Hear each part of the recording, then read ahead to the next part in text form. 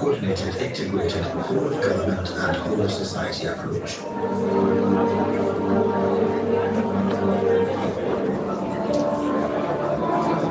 line with its mandate, the NCTC performs a myriad of functions from analysis to public awareness.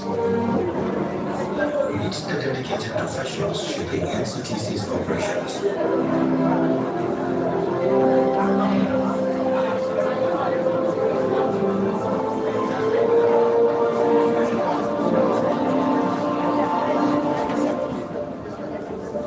State of the art forensic lab to empower NCTC's counterterrorism investigations.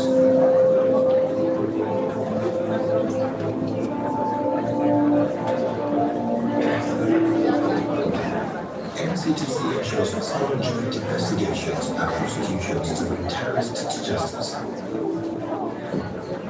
One of the greatest achievements in the legal department is the coordination of investigation and prosecution of the ongoing mass trials of terrorism and terrorism-related cases at Nigeria, which we do within the ambit of the law. The mass trial has undergone several phases, and so far we have secured a total number of over 700 convictions. These convictions have served as a deterrent to perpetrators of this ill-fitting act, both within and outside the country. Thank you very much. Thank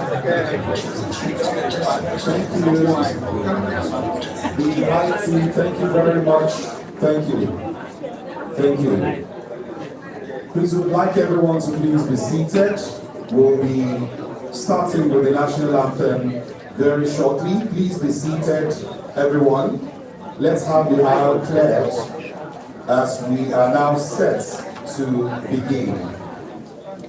We're set to begin now.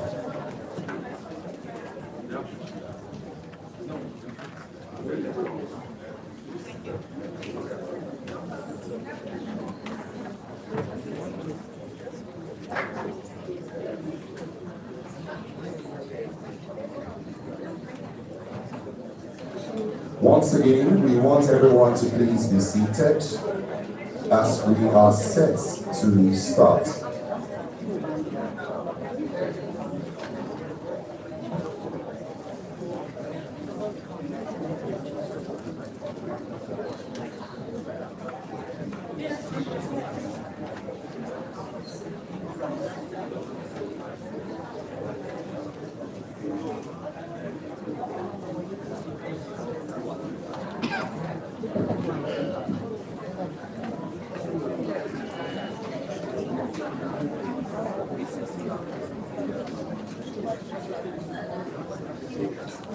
We stand by as shortly will rise for the national anthem.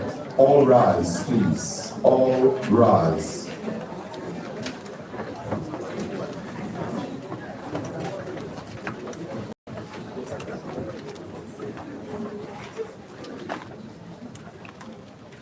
Good morning, distinguished ladies and gentlemen. In NIPR, we keep to time. When we say a program is for 11, we start at 11. There's no reason why this program should be delayed any further. So we'll start. We apologize that we have not started by now. Please bear with us, but we are starting right away. Others can join us when they are ready. Thank you very much. Shall we take the turn and please start this program? The national anthem.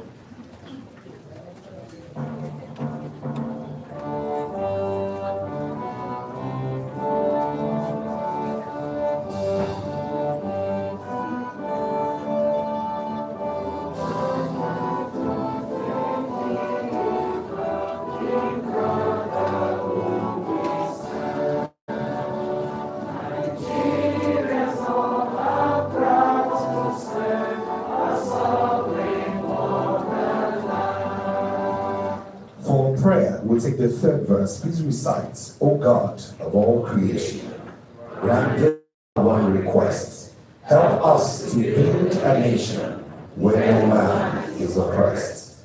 And so with peace and plenty, Nigeria may be blessed. Thank you very much. Please be seated.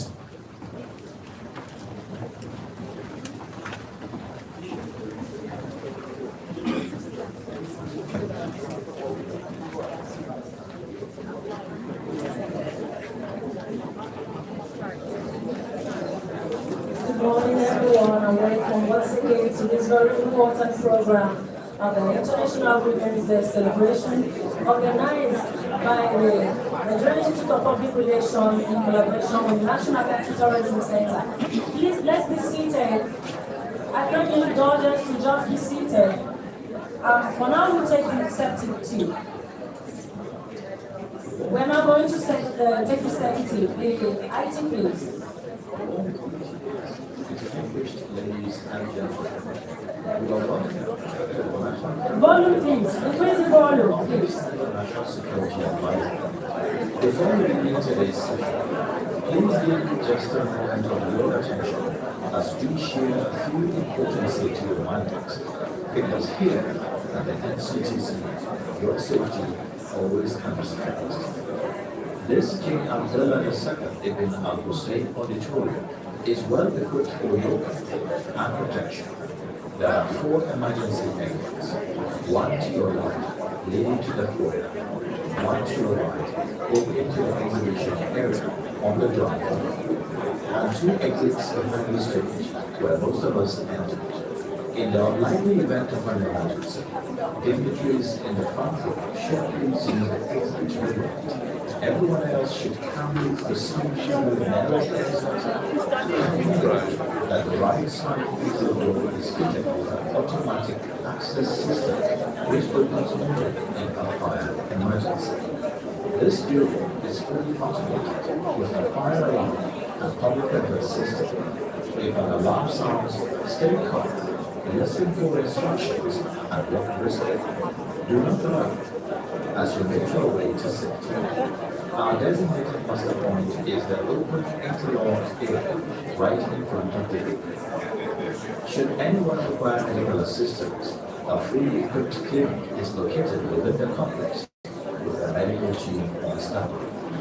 For your convenience, ladies' restroom is through the right exit next to 1-3. Gentlemen's restroom is on the ground floor, first door to the left in the exhibition area. Finally, to keep the store clean and smooth, food, drinks, and chewing gum are not allowed inside the auditorium. Thank you for listening and for helping us maintain a safe environment. Remember, think safety first. Safety always. We wish you a safe, engaging, and productive session ahead. Thank you so very much. We've listened into the safety tips, very important going forward. May I please request that we have one house please. We are going on live television, and for us from the NIPR, we need to show the best in terms of reputation, and we're in an environment where reputation matters. I'll please request that you find a seat or you try as much as you can hand at the flank so we can continue and we can start this wonderful event. At this moment, I'm going to run through the protocol. Please, everyone is important. If you are not mentioned by name, does not say that you are not important. Everyone is important here. Most importantly, I'd like to welcome with me the best that we have, and he for she, Dr. Tope Ojeme, who is here to co-anchor with me. And I can assure you that for us at NIPR, everyone has a place. So please welcome Tope most warmly. Thank you. Thank you very much. Thank you. My other sister from the NTC, right, who actually ushered us into the safety tips. Justina, you're also welcome. Thank you very much, Antonio. It's a pleasure working with you. Thank you so very much. My name is Skill Mujima Kutuola. The special guest of honor, Executive Governor of Taraba State, His Excellency Dr. Abu Kefas. Welcome you, sir. Members of the Federal Executive Council here present. representative of the Honorable Minister of Women Affairs and Social Development, Iman Suleiman Ibrahim, FSI, Honorable Minister of State Labor, Honorable Minister of State, Professor Suwaiba Saeed Ahmed from Education, Honorable Akintude Rotimi Jr., Chairman, House Committee on Media and Public Affairs, Special Advisor to the President on Policy and Coordination, my vibrant sister, Hadiza Bala Usman.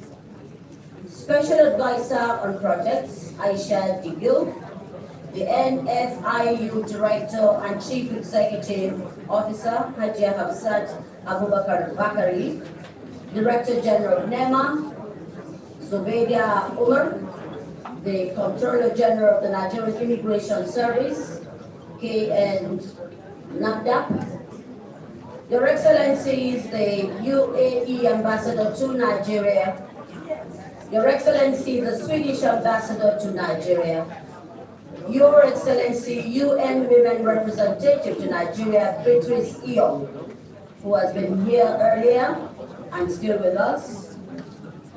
We also like to recognize Your Excellencies, the First Ladies of Niger State, Hajia Fatima Bago, and Imo State, Dr. Chioma Uzodinma, President of the Nigerian Air Force Officers' Wives Association, Mrs. Ngozi Aneke, President Naowa, Mrs. Safia Hassan Chaibu, President, officials, and members of the NIPR.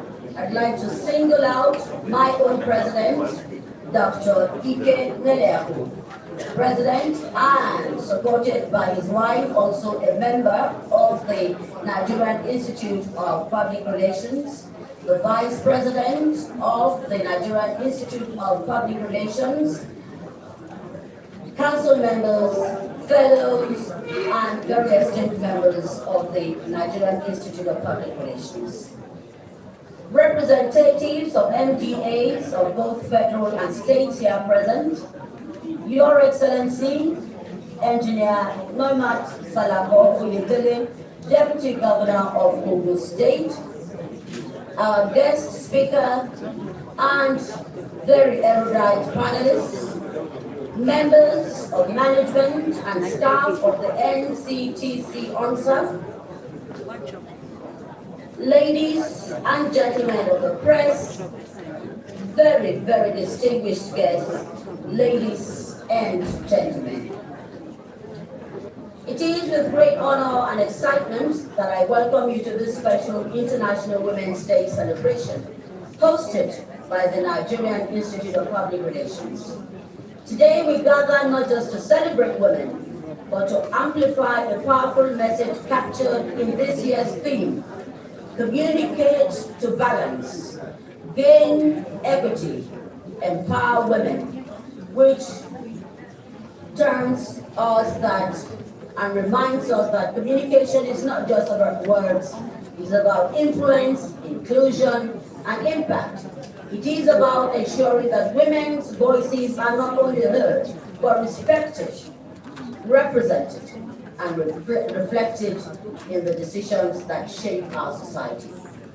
This event is a clear demonstration of NIPR's unwavering commitment to promoting excellence, inclusiveness, and ethical communication practices that values are critical in building a just and equitable world.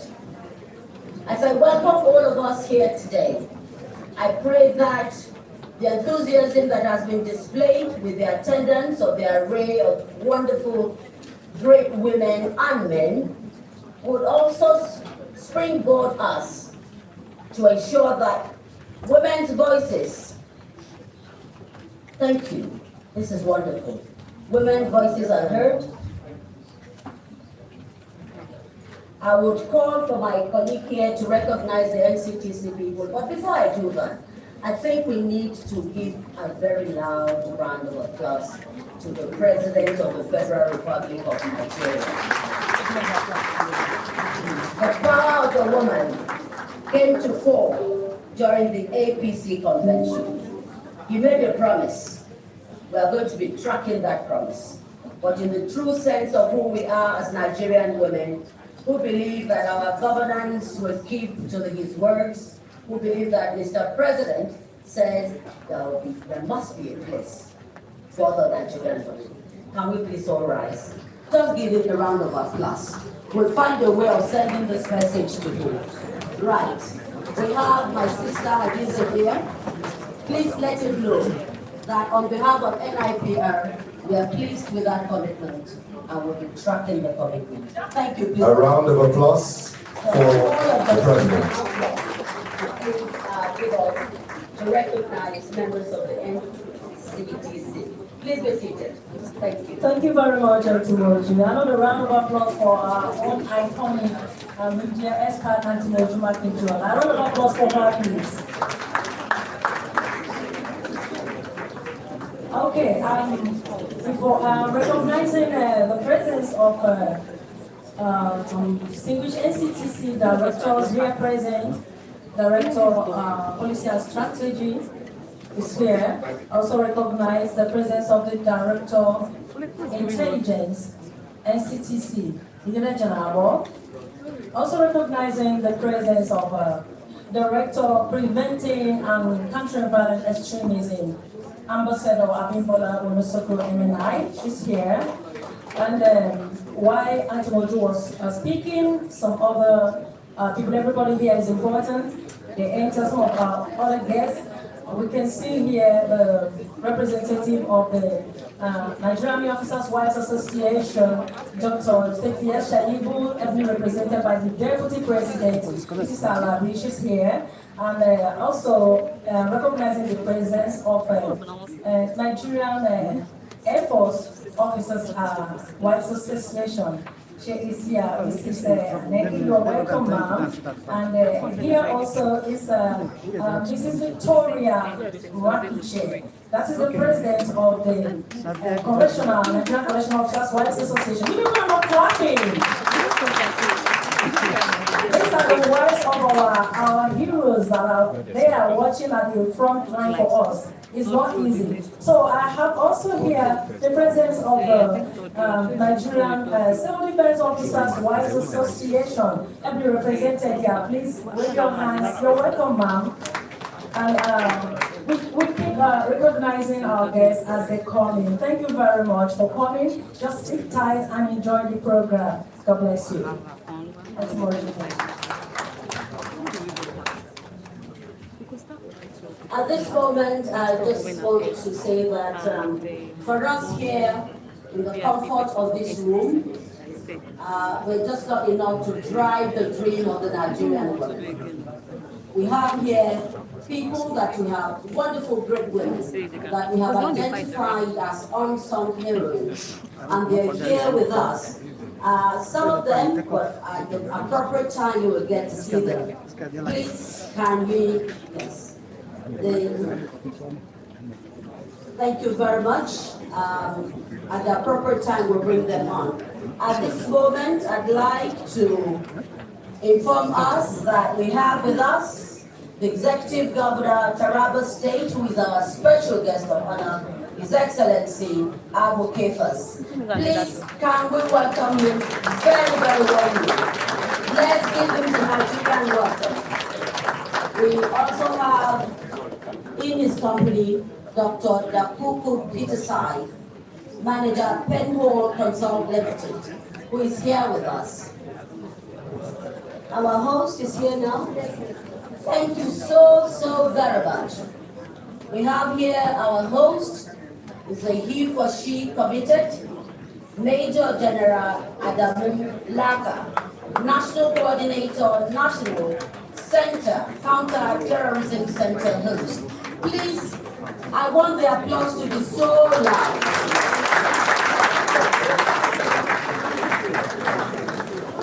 He realizes the fact that security is an imperative for development, and that's why he's hosting us in his premise today.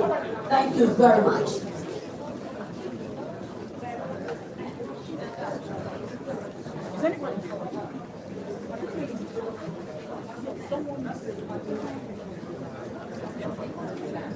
Recognitions will continue, but we need to move on now. That is in the spirit of NIPR.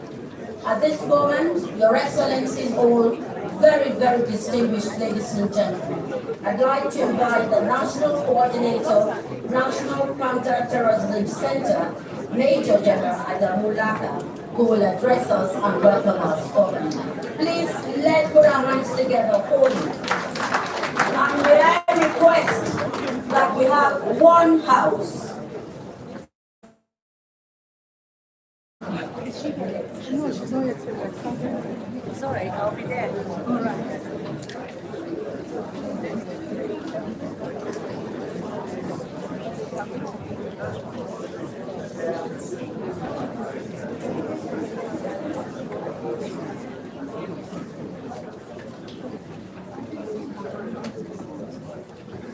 I've never been in a room with so many beautiful women. I think I don't need to be really the army. The special guest of honor, His Excellency Dr. Abu Kefas, the Executive Governor of Taraba State, members of the Federal Executive Council. Can we please have one house here, please?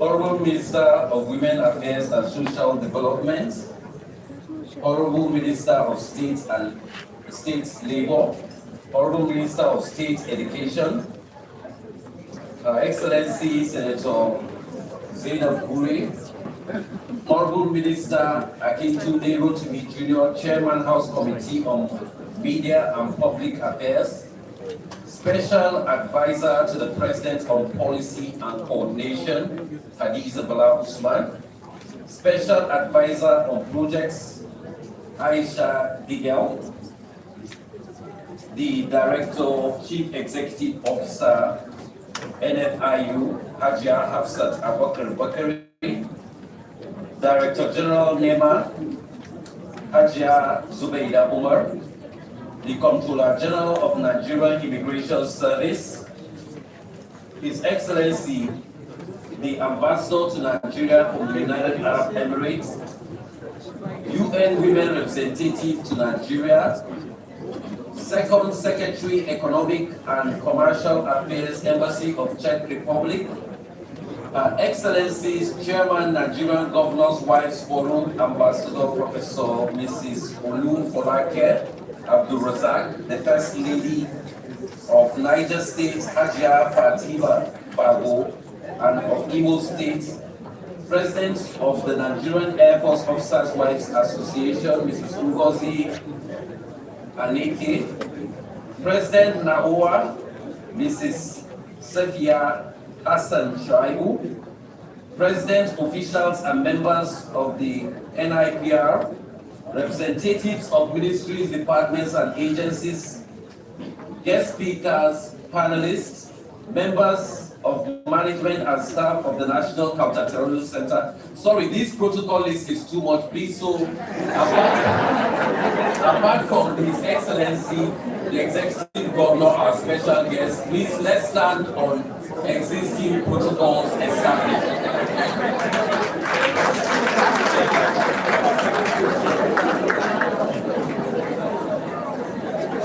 Since we are commemorating International Women's Day, I would like to begin with a quote from Ntozake Shange, a renowned poet, who said, and I quote, "Where there is a woman, there is magic."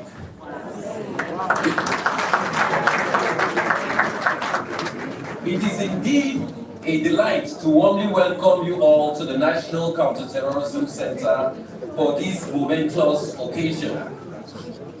I do so on behalf of the National Security Advisor, Malam Nuhu Ribadu, MNI.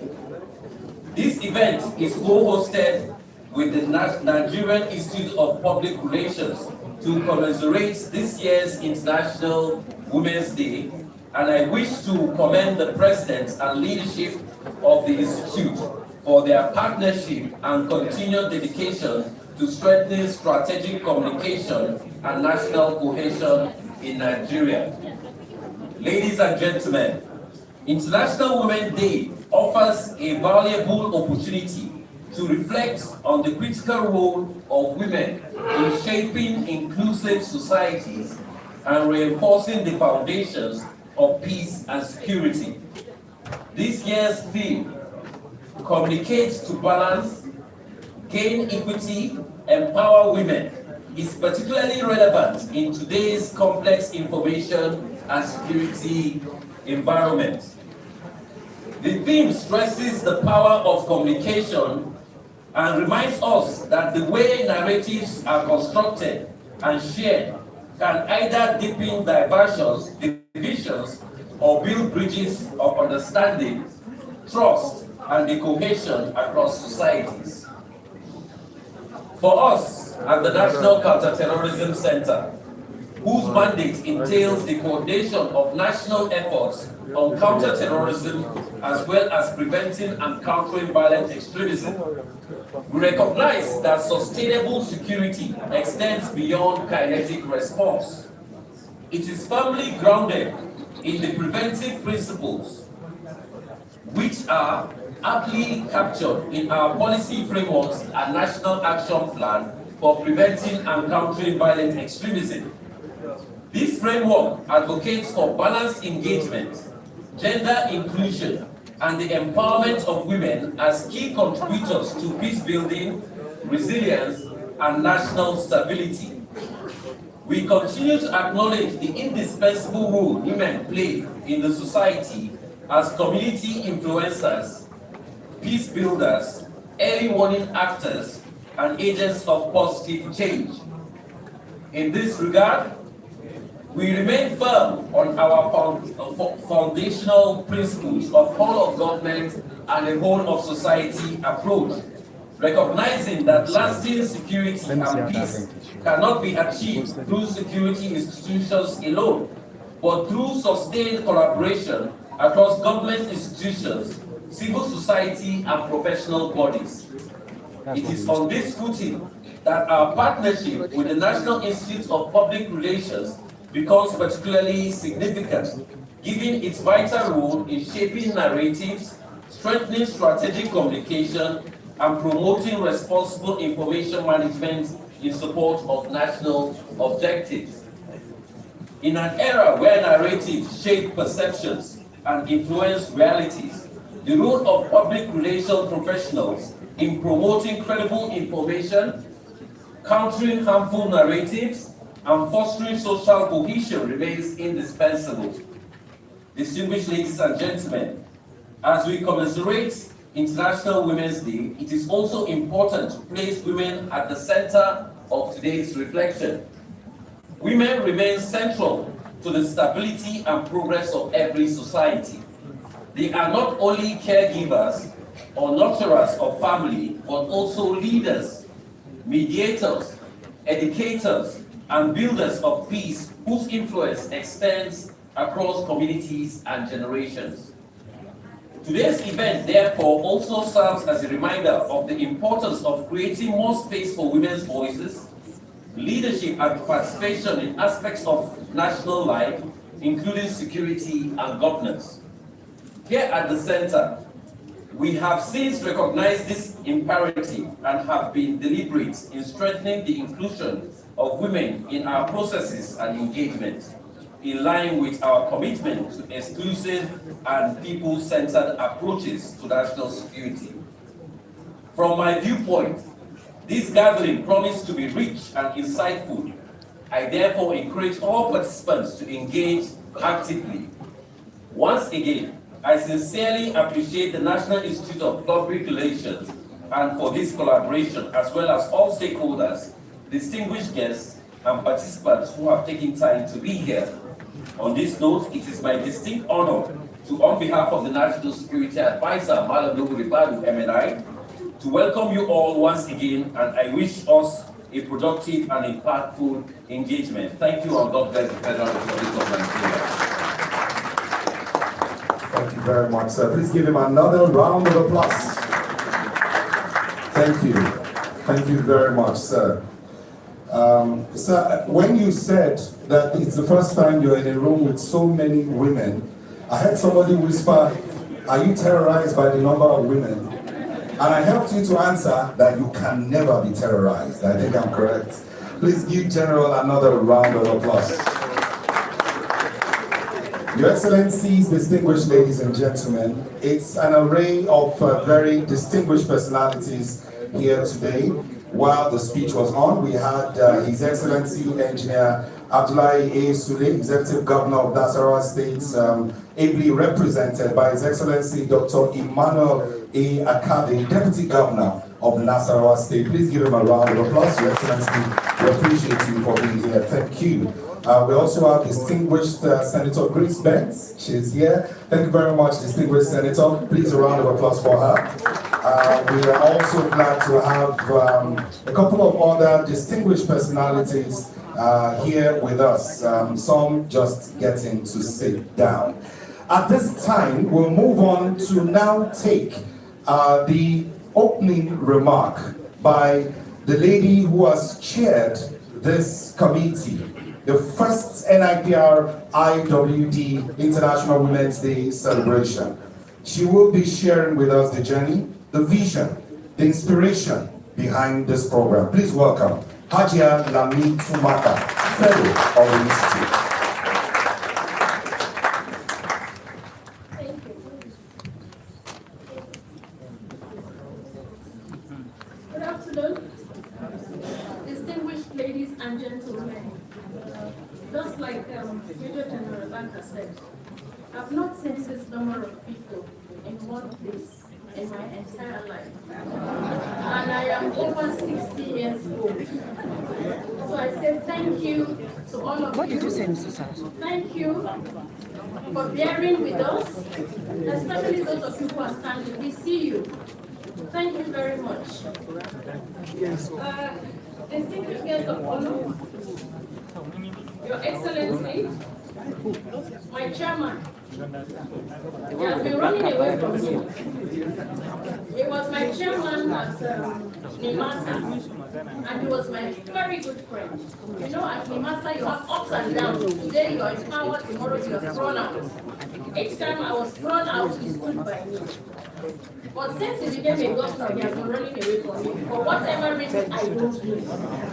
I have to thank my boss, whom I'm well pleased, for making sure that my brother, Agokefas, His Excellency, is here today. You're welcome. Our chairperson, unfortunately, she's not been able to come here because she's in London and there are no flights. She was supposed to come for the APC convention and then stay for our event. I recognize you. She's supposed to be here virtually. I recognize you, our chairman, Your Excellency Olufolake Abdulrazak. Our keynote speaker, HBU, Adiza Bala Usman. Yes, HBU, that's what I call her. She's another Amazon, in whom we're well pleased. Again, the credit of bringing her here live goes to my Oga at the top, Dr. Dakubu Said. Even though when we went to pay her a courtesy visit, she said, I told him, and I don't need to told you, that there's no need to ask me what to come and do this, because whatever you want me to do, I will do for you. So another round of applause for her. Our chief host and chairman, the highest he for she, the president, chairman of the Nigerian Institute of Public Relations. I'm going to be as brief as possible because it's a bit uncomfortable here, I realize. It is hot. And we're jam-packed, I realize. What I'd like to tell you the story of this gentleman.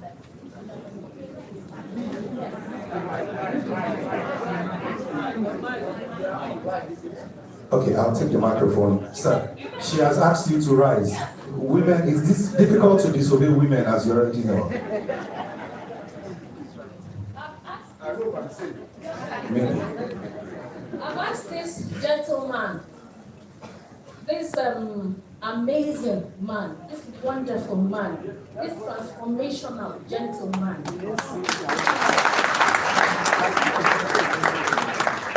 He is all this I have said and much more. We are here today by the grace of God and by the grace of this gentleman. We went for an event where there were only men. Trust me, I was sitting down at home and I saw it. All men.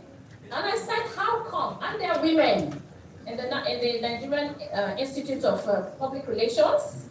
And I called him out. I called him out and I challenged him. I said, you have Nkechi Alibalogun, you have Mariam Sanusi, you have Mojima Konjola, you have Alice Aji, you have Lami Tumaka. How you have his wife, by the way, his wife is here sitting right behind him. She's also a member of this institute. How would you not put us in the entourage and let us also be there to show that you're gender sensitive? And you know him, he's a humble man, very humble. He calls me Auntie Lami. He said, Auntie Lami, it's not deliberate, it just happened. And it was a week, just like this month. I said, okay, apology accepted. But please do a statement from the NIPR on the International Women's Day. He did. And it was the first news item on NTA. He did NTA, round of applause, and give him another round of applause. And he went beyond that and gave me the challenge to put this together. Why I asked him to stand, it's not every chief executive you can challenge. Absolutely. Say, I'm sorry, and then challenge you to put together why we are here today. So you can see why I have said they should stand up for recognition. Thank you.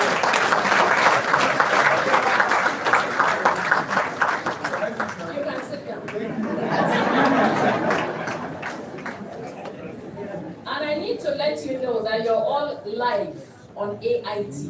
And we thank AIT for this rare privilege and honor.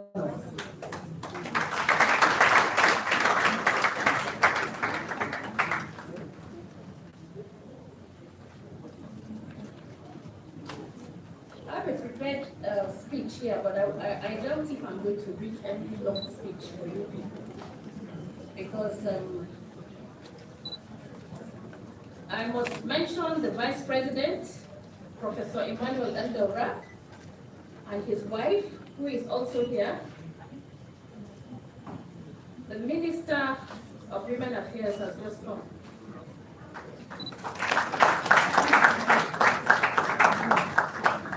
You're welcome. You're welcome. And of course, the greatest thanks, well, he's not even here to hear me, goes to my younger brother, General Laka, who was magnanimous enough to give us this place to have this International Women's Day. Please, you can give him a round of applause in absentia. And NCTC members, please tell him that I appreciated him. If he comes while I'm still on, I will still appreciate him. So good morning, distinguished ladies and gentlemen, and the media here present. Every meaningful journey begins with a step. Today is not just an event, it is the culmination of a journey that began weeks ago with a shared vision and clear sense of purpose. As chairman of the planet, please can we, he's back. He's back. I appreciated you while you were not seated here. General Laka is my younger brother. So it was very easy when I came to him and said, I plead with you to allow me This is the maiden edition of the NIPR International Women's Day. It's the first one, and I wanted to make a difference. That's why I wanted to come to the NCTC ONSA to have it, and he obliged me. So please again, put your hands together for him. You know you can bully your younger ones. I actually bullied him into giving me this.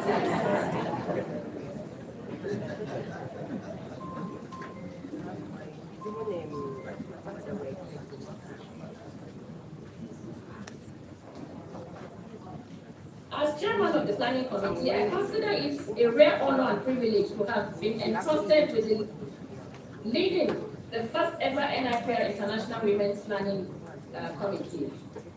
Let me begin by expressing my profound appreciation. I've already done that. As we set out on our mission to connect, to engage, and to build. Because of this year's theme is communicate to balance, gain equity, empower women. It's not just a statement, it is a call to action. Across leadership spaces, we encountered, I'm sure some of you have seen our videos in the social media. We had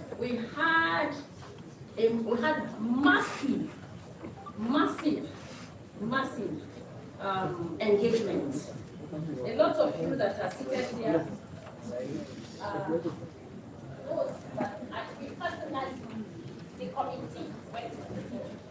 I would single out the minister for education, minister of state, and two of them, a lot of people went to the field. My contacts, they are people I know, and they did not disappoint. But the minister of education state does not know me. Not everywhere you are first.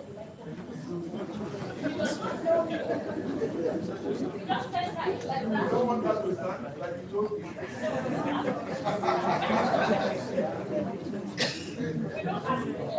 We ask men to stand, especially on a day like this. I like to tell this story because it gives a feeling of hope. There's a lot of hope for this country. We wrote her like we wrote all the ministers, especially the female ministers. She was the first to respond. Now the key thing is that she does not know me, and she does not know any member of our committee. She said to us, I will attend. And we said beyond I will attend, we want to come and see you. She said, come and see me. I went to see her. It was business-like. Within 30 minutes, we were done. So, madam, I can see why the Ministry of Education is making milestone major difference in this country. With people like you, there is hope. All of you are known to me, and I appreciate you. We were with my younger sister as well, the Nema. We went to see her. So be that woman. She was also very welcoming, and she supported us. Iman is my younger sister. We wrote you as well, and you said you will come, and here you are. You are welcome. Senator Shade President, I spoke to her. She said she will come. It's a Women's Day, Women's Day, and we will support you. My friend and sister, the Minister of Labor, the same thing. You see, when they put out that narrative, you know that women will not support each other. Please don't listen to them. Don't believe them, because it is not true. It is not true. We support each other. Look at all of you, even the men too, they are here to support us. How can I forget my sister? I'm sure you saw our billboards. Some people were calling me and saying, you people have money. We don't have money. Please rise for recognition. The MD of DOAS, Ambassador Fatima, we went to see her. She received us well. She was very happy with us. And she gave us over 10 billboards announcing this program. It has never happened in the history of of NIPR. It has never happened. There's no way I will sit down. There's no way I will sit down without mentioning my sister and my friend, the Deputy Governor of Ogun State. Madam, we're honored.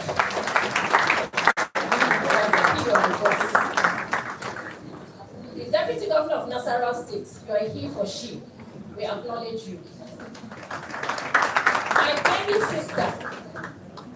My baby sister, Fatima Babu, wife of my governor, is here. You're welcome. Our older sister, Senator Zainab Puri, was my first lady for 8 years. Then she went to the Senate for 8 years and then handed over the baton of Niger State, first lady, to her younger sister.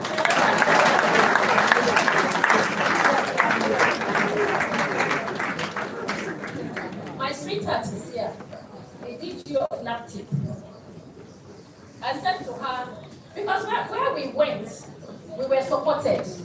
We were supported. Uncle, we're coming. Uncle Muba, we call him Uncle Muba. Uncle Muba, we are coming because you have to support us. No, I know you gave us here, but there's more. All the places we went to, we were supported. So we will come back to those that have not supported us financially. Senator President, I'm sure I mentioned you. I couldn't have missed you. Members of my committee that are the back, the chief and myself, I see you. I see all the men. I see Mariam. I see my sisters. I see all of you. I don't have to mention your names, but honestly, I see you all and I appreciate you. I want to talk about my sweetheart. I said to her, you have not given us anything. And she said, you didn't ask. So we wrote her. We saw her. And she delivered. Thank you very much. Dr. Dakuku Peter said, you've done a lot of things. You have done wonderful things, but we're still coming. I recognize my deputy chair. You may wish to write for recognition. I recognize Auntie Moji, the lady with the golden voice. She's here. She's part of our committee. Yes. So, having said that, I don't think there's any. I told you I have the written script, but I'm traumatized by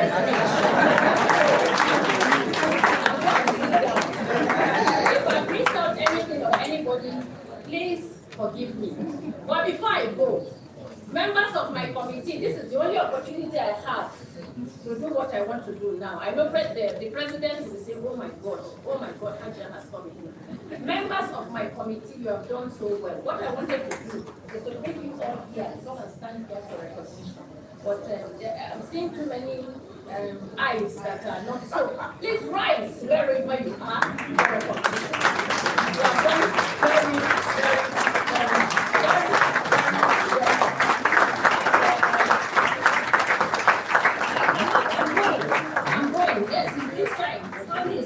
I'm going. I also want to recognize you, the chairman of our chapter. Thank you and God bless you.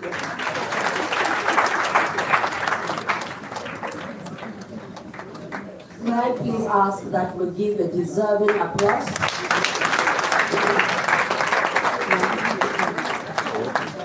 to Hajia.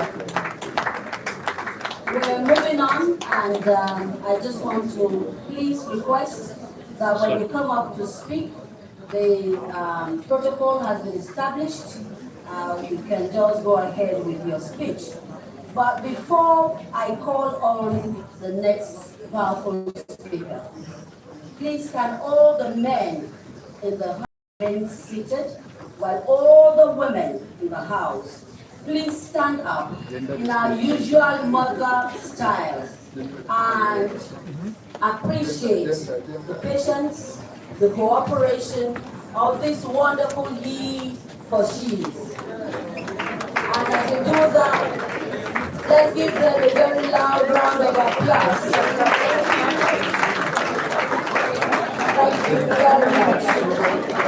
Thank you. Please be seated. For us as women, we not only see ourselves as your mothers, we also see ourselves as partners in progress. We're moving on now. I'd like to invite to the microphone a man that promised a new dawn for the Nigerian Institute of Public Relations, a man who sees beyond the dream of just being president, but also uses the platform to call on Nigerians that your reputation matters. That has served, continue to do so.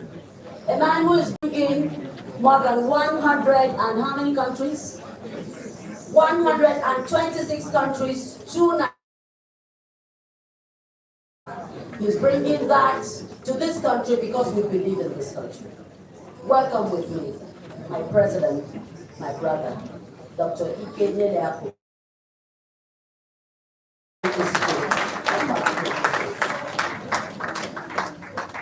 Good afternoon, Your Excellencies, Honorable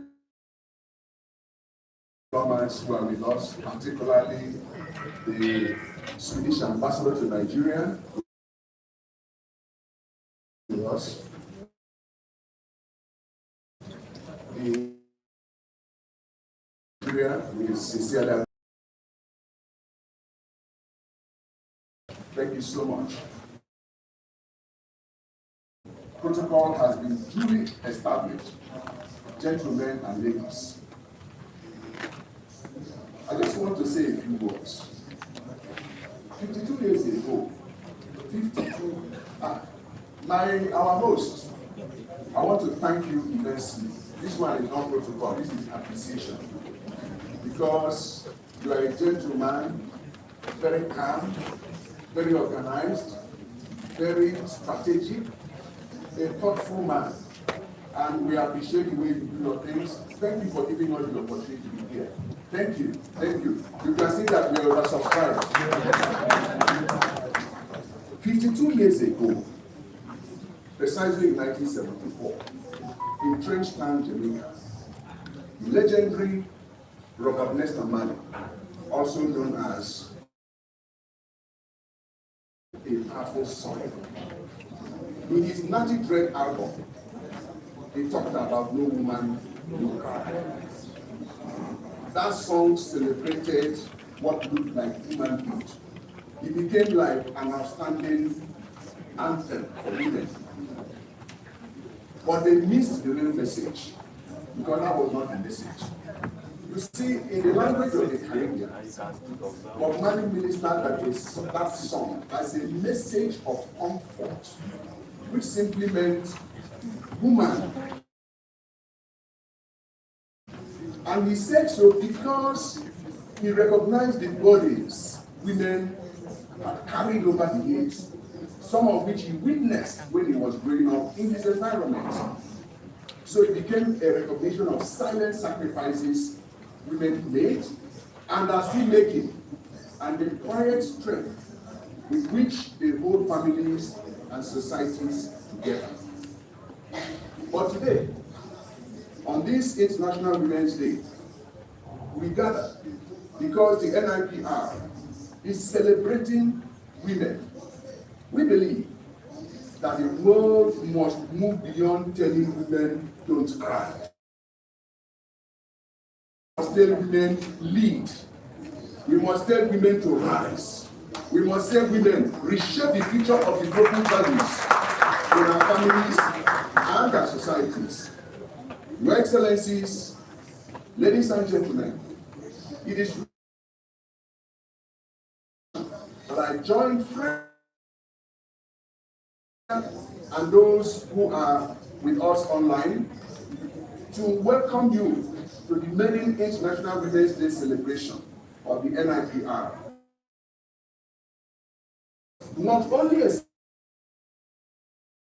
a moment of historical remembrance, a moment of collective gratitude, and a moment of renewed commitment.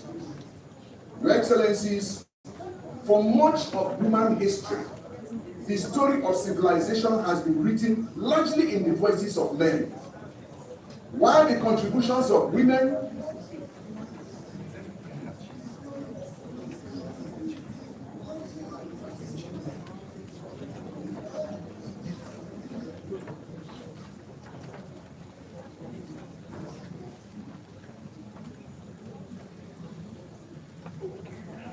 While the voices of women were often muted, overlooked, or deliberately excluded. Let's go back to history. In medieval Europe, the great universities of Paris, Oxford, Bologna opened their gates to the pursuit of knowledge, but closed them firmly to women. That was not enough. In the courts of imperial China, lived under the doctrine of the three obediences. And what are these three obediences? Women are expected to submit first to fathers, then husbands. Number two, they are expected to submit to sons when their fathers are no more and are not married. So, for us, in other Asias, in other countries like in South Asia, widows were sometimes compelled to sacrifice their lives on the funeral furnaces of their husbands. Across many societies of the world, laws, customs, and traditions quietly conspired to silence half of humanity, which women represent. And yet, history tells us something very different and extraordinary. That even within the walls of limitation, women rose with courage that could not be extinguished. From the unmatched diplomacy and military brilliance of Queen Nzinga in Central Africa, to the courage of our own Queen Amina, to the activism of Mila Lawrence Kuti, to the political leadership of Margaret Epo, Nigerian women have never waited for permission to shape history. They have taken it across. In contemporary Nigeria, we acknowledge leaders who have continued to redefine the possibilities for women in governance, women in diplomacy, women in academia, women in entrepreneurship, and the creative industries. And we thank the Minister of Creative Industry who just joined us. We celebrate the Joy Ogus. We celebrate the Amina Mohammeds. We celebrate the Industrial Country Wallace. We celebrate the Grace Alele Williams. We celebrate several of them. And we celebrate all of you. Indeed, if you study the progress of Nigeria carefully, you will discover a profound truth. And that is, Nigerian women have never been spectators in our national story. They have always been authors of it, especially when pushed to the walls. Please don't push women to the walls. You will regret what you get. Again, history teaches us that when women are enabled to contribute, societies do not diminish. Instead, they flourish. In every sector of Nigerian life, public service, media, corporate leadership, civil society, and indeed within our own profession of public relations, women have demonstrated brilliance, resilience, and transformative leadership. So you can understand why I don't understand the paradox of men. While they are scared of women leading, yet they adore their mothers. They love their wives. They honor their sisters. They cherish their daughters. And they are scared of women leading. I don't understand that. When it comes to women leadership, women being in political leadership, they say, Bashiga, don't come here. We therefore reaffirm in the NIPR our commitment to a future where women's voice must be heard. Every woman's talent is valued, and every woman's leadership is welcomed. So today, we gather to celebrate this very NIPR International Women's Day.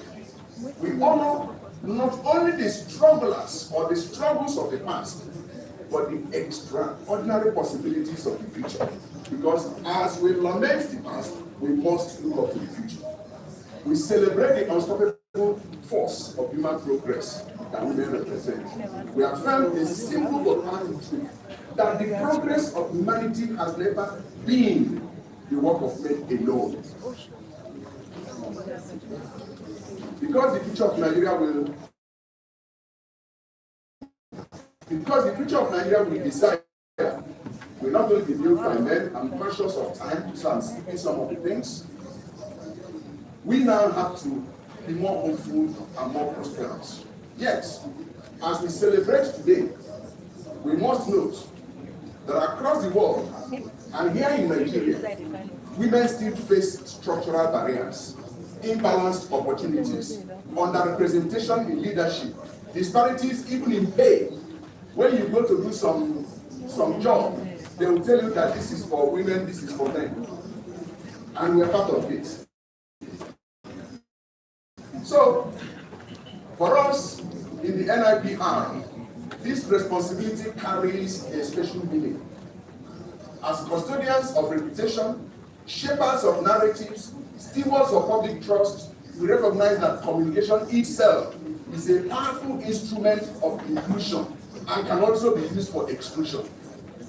At the NIPR, we have given opportunities to women, and they have performed exceptionally well. I can testify. Women have led and are still leading our chapters. They are serving in the governing council. One thing, Your Excellency, that gladdens my heart about women in NIPR is a position advanced by Dr. Nkechi Alebalogo. She's here with us. Yes. The Chairman CEO of Public Relations Consultants of Nigeria. She said, and NIPR women agreed with her, that we must not lower the standard for them.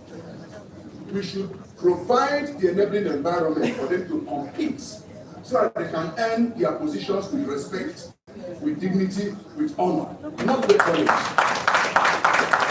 As president in the last 3 years, I have found women a critical pillar in my administration. Beginning with my wife, my daughter, and of course several others like Auntie Lami Tumaka, whose energy and counsel I find extensively helpful. Thank you very much.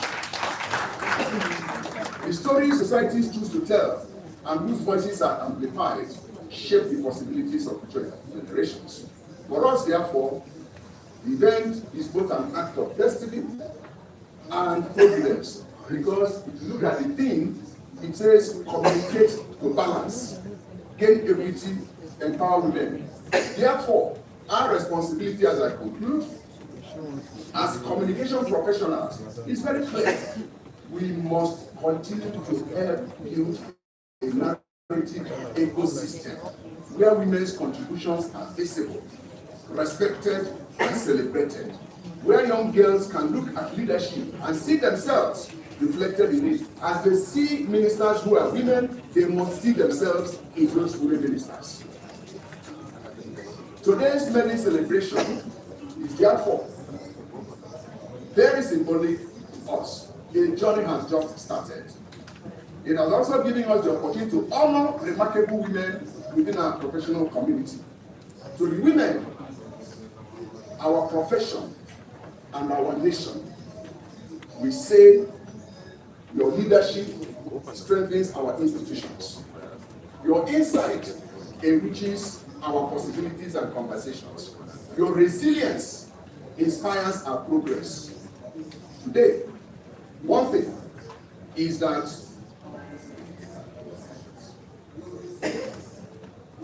I've accepted to share with you something that I call 11 commandments on the power and strength of women in society and nation building. 1, whenever women rise, humanity and societies rise with them. 2, anyone I say is not true, please say so. Number 2, when you empower a woman, you do not just change her life, you change the destiny of the nation. Number 3, The progress of any nation is written in the opportunities it gives its women. Number 4, a nation that silences its women silences half of its future. While a nation that empowers its women unlocks the full genius of its destiny. Silencing a woman is like flying a 2-engine aircraft with 1 engine. The true measure of a nation's civilization, number 5, is not the power of its men, but the possibilities it creates for its women.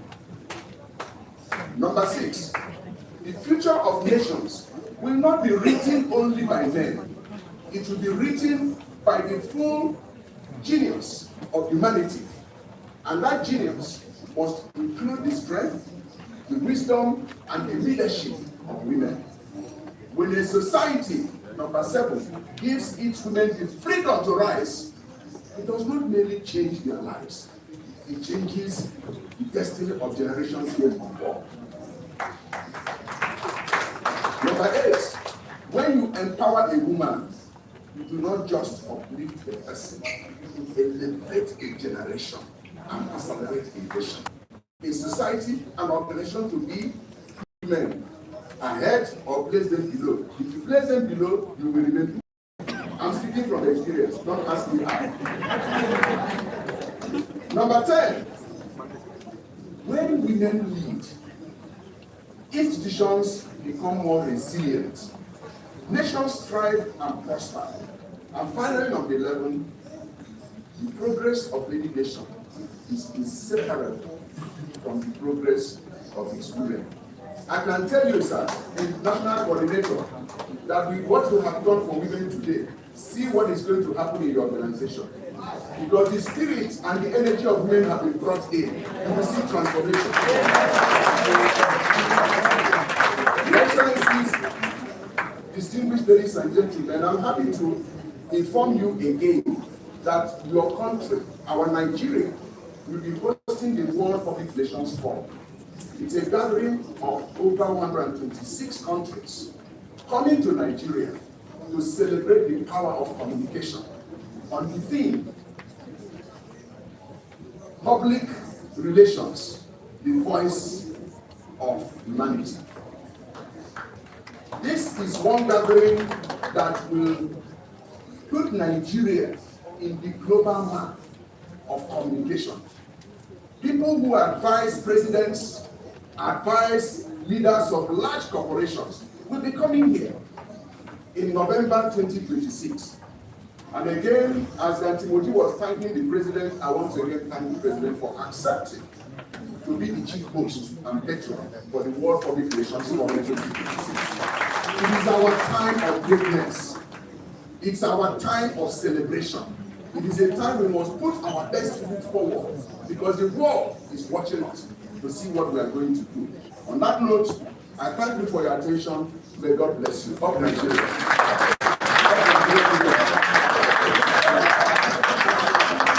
Thank you very much. Please give the president another round of applause. Thank you.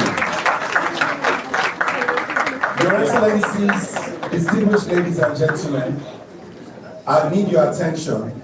I have been armed by the Nigerian Army, the Nigerian Air Force, and the Nigerian Navy, and the DIG seated there, the Nigerian Police, to make this announcement.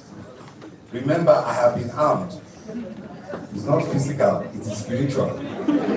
All the aides standing on the aisle, there is a provision for you just outside here. Because of the number of women here, your principals are secured. So just use the door because we want all the aisle cleared. The principals, yes, yes, yes, yes. The principals say yes. So please go to there is a room just, once you step out of the door, the NCTC staff, they are waiting for you and they will show you the room. It's very close. You see everything going on here. You also see your principals. Please begin to move now because I'm armed. I'm armed by Nigerian Army, Nigerian Air Force, Nigerian Police. Please keep moving so that I don't bring out the ammunition. Please keep moving. Thank you. All the aides standing. Please keep moving, keep moving. Thank you. Keep moving. We need to clear the room. This is very, very important. General is also indicating that 8 should move. Please move. Thank you. Thank you very much. All the 8, except the cameramen. If you are not using the camera, please move. Thank you. Thank you. With this, we'll quickly recognize the Honorable Minister of Culture and Tourism and Creative Economy, Barrister Anatu Musawa. She's here with us. Almost all the ministers are here with us. Thank you very much. Thank you very much, Mr. Tope. Quickly, I want to recognize the presence of the wife of the Honorable Minister of Defense, Mrs. Oromo Musa. She is here. You're welcome, ma'am. And again, I'd like to recognize the wife of the representative of the wife of the Naval Officers' Wives Association, Mrs. Fadoke Oludoye. She's here. You're welcome, ma'am. And the Immigration Wives Officers Association is here also, Mrs. Fatima Bala. You are welcome. Quickly, I want to recognize our royal father here, the Etsu Kwame, His Royal Highness Luka Ayube. You are welcome, Your Highness. And finally, I want to recognize the Ambassador of Finland. She just walked in when the President in NIPR was talking. She is Miss Sana Selin. You're welcome. I just waved there where you are. You are welcome. Thank you very much. Thank you very much, Your Excellencies, all very distinguished ladies and gentlemen. We're still waiting to decongest. The IP's appeal to us. Tope has the spiritual, I have the spiritual and the physical, as a mother, as a wife, as a grandmother. So please, I will appeal to you. If really you're not on the camera, please leave. There's an annex where you can watch the proceedings in real time. Thank you so much. We're moving on now, and we want to appreciate everyone that is here. This is our day, particularly for the women. We thank you. We know that our governors have so much to do after the convention and all the political parties going on, where we hope that our women will not just be caregivers, but they'll also be able to sit on that decision table. So, because we have a promise, and the promise is very significant, coming from the President himself, we also have a promise. A promise from the executive governors that they will toe the line of Mr. President moving forward. And that's why we invited, because that's all we have for now, except of course for deputies. We have invited a friend of the House, a he for she, committed. Please welcome with me, Executive Governor, Taraba State, Special Guest of Honor, His Excellency, Advocate. Nigerian women, are we here? We want a special seat. Let's give a very loud round of applause to our governor. I can see the Minister of Women Affairs getting up to the solidarity that our governors will work for us. Is that a commitment, Your Excellency? Is that a commitment, Your Excellency? Please be seated. Thank you very much. Your Excellencies, very powerful women, gentlemen of the press, ladies and gentlemen. Actually, I have a very prepared speech, but I don't think there is time to deliver this speech. So I'm going to hand it over to the President so that he will be able to find a way to communicate my speech at the time, if we all agree with that. Thank you very much.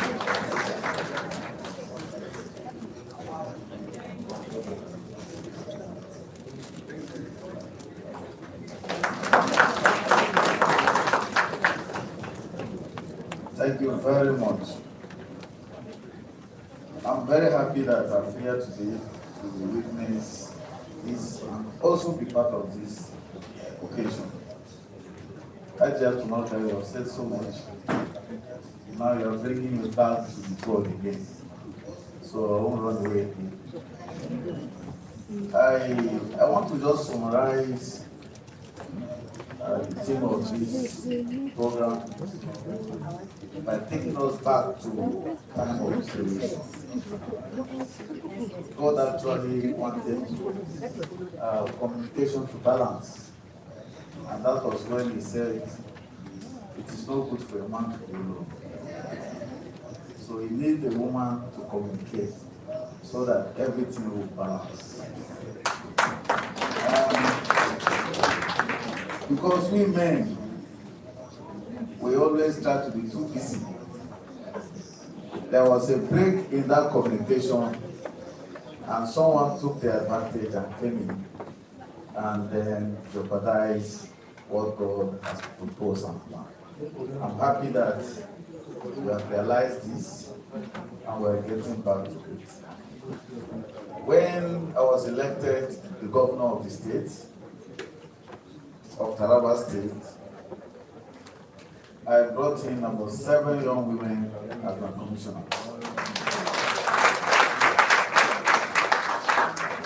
I was attacked, there was resistance, but I insisted. And all of them are doing very well. So we don't need to over-label this. It is time for all of us to get back on track. It is the women that keep the home. It is the women that make sure that these children make progress in life. It is the women that also support us. Most time when we come home after very hectic work, our wives will be looking at our faces to see whether there is anything we want to say. Sometimes we have things bothering us, we'll say no problem, no problem, no problem. But when they want to pour their own, we'll say, oh, we are tired, we are tired. So all these are issues. But I believe that with the way we are going, we'll be able to balance all this. So I want to thank the Nigerian Institute of Public Relations and also all the very important people that are part of this program, and also to thank my brother Peter Aside for making sure that I am here. Actually, this morning we finished very early yesterday, very late yesterday.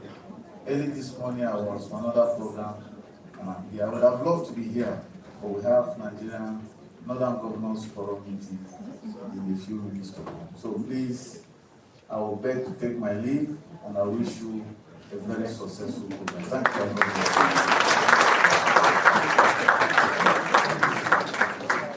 Thank you very much. Please, another round of applause for His Excellency.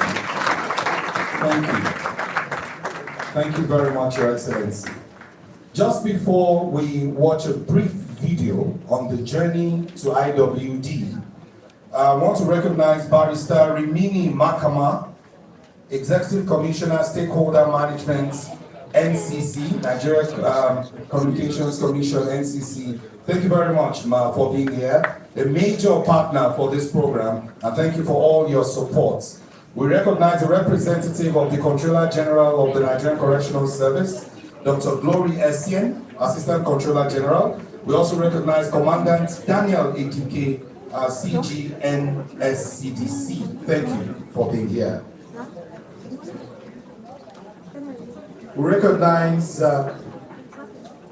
Mandate's Secretary, our own very, very distinguished Ambassador Dio Benjamin. Thank you very much for being here. Thank you. We will now take a brief video on the journey to the IWD. A short video, please, now.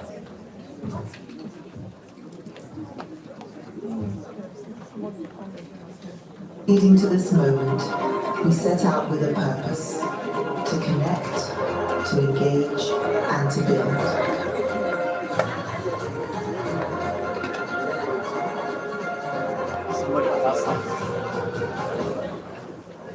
Because this year, our call is clear. Communicate to balance, gain equity, empower women. Across institutions and leadership spaces, we engaged voices that shape policy, influence society, and inspire lasting change. Each visit, each conversation, each partnership, a step closer to something bigger. Because International Women's Day is not just a celebration. It is a powerful reminder of the strength, resilience, and the impact of women everywhere.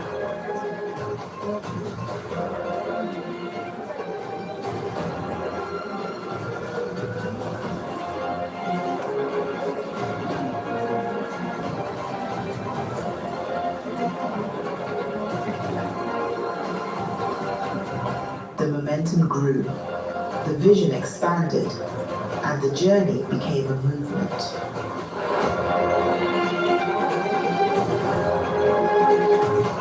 The thing I have found out in the journey of putting this program together is when brilliant women, when women who are passionate, when professional women come together and we collaborate, like I see, wonderful things happen. Success is a done deal. Today, we are here to communicate, to balance,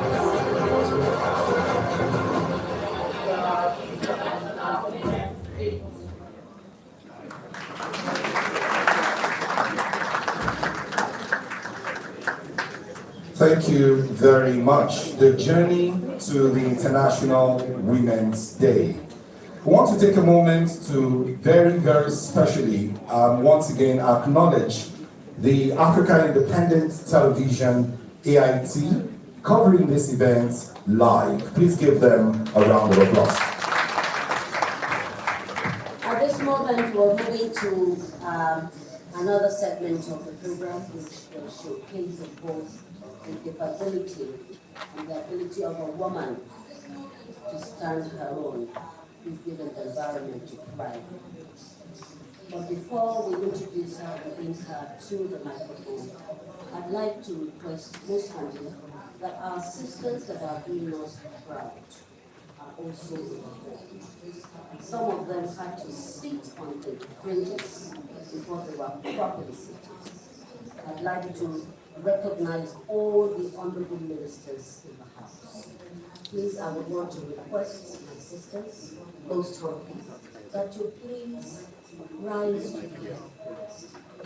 What we're doing today transcends just speaking. It speaks to these women, these wonderful women. Minister of Women Affairs. She calls me mom, so I'm not going to understand my daughter.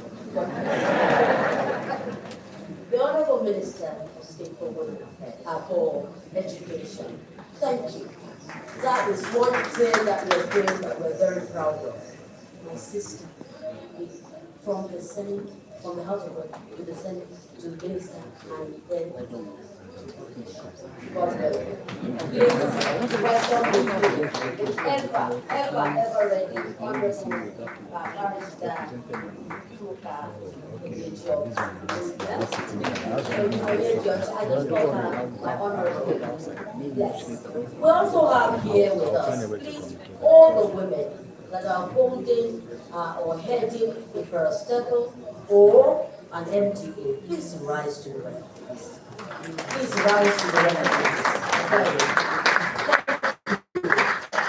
Thank you so much. We recognize you. Yes. In this hall, we have also one deputy governor, Nigerian women. Are we serious? One deputy governor. But we know that Mr. President has endorsed. So come 2027, God willing, when we hold this again, there will be more Your Excellency here. But representing the women who are able, Her Excellency Deputy Governor from Ogun State. She's an engineer and she's doing so well. Our Excellency is here. There's one thing that the Yorubas say. They say charity begins at home. And so we have here Her Excellency, Distinguished Senator Kure, and now who handed over the baton to her sister. who is here, who is also representing that governor that gives hope, that together we can live as one Nigeria. Your Excellency from Niger State, thank you so very much.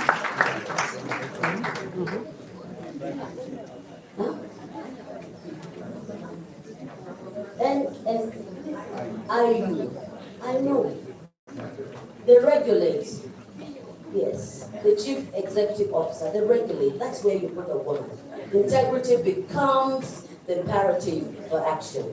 Thank you for what you're doing. Please stand up to be recognized. Thank you so very much.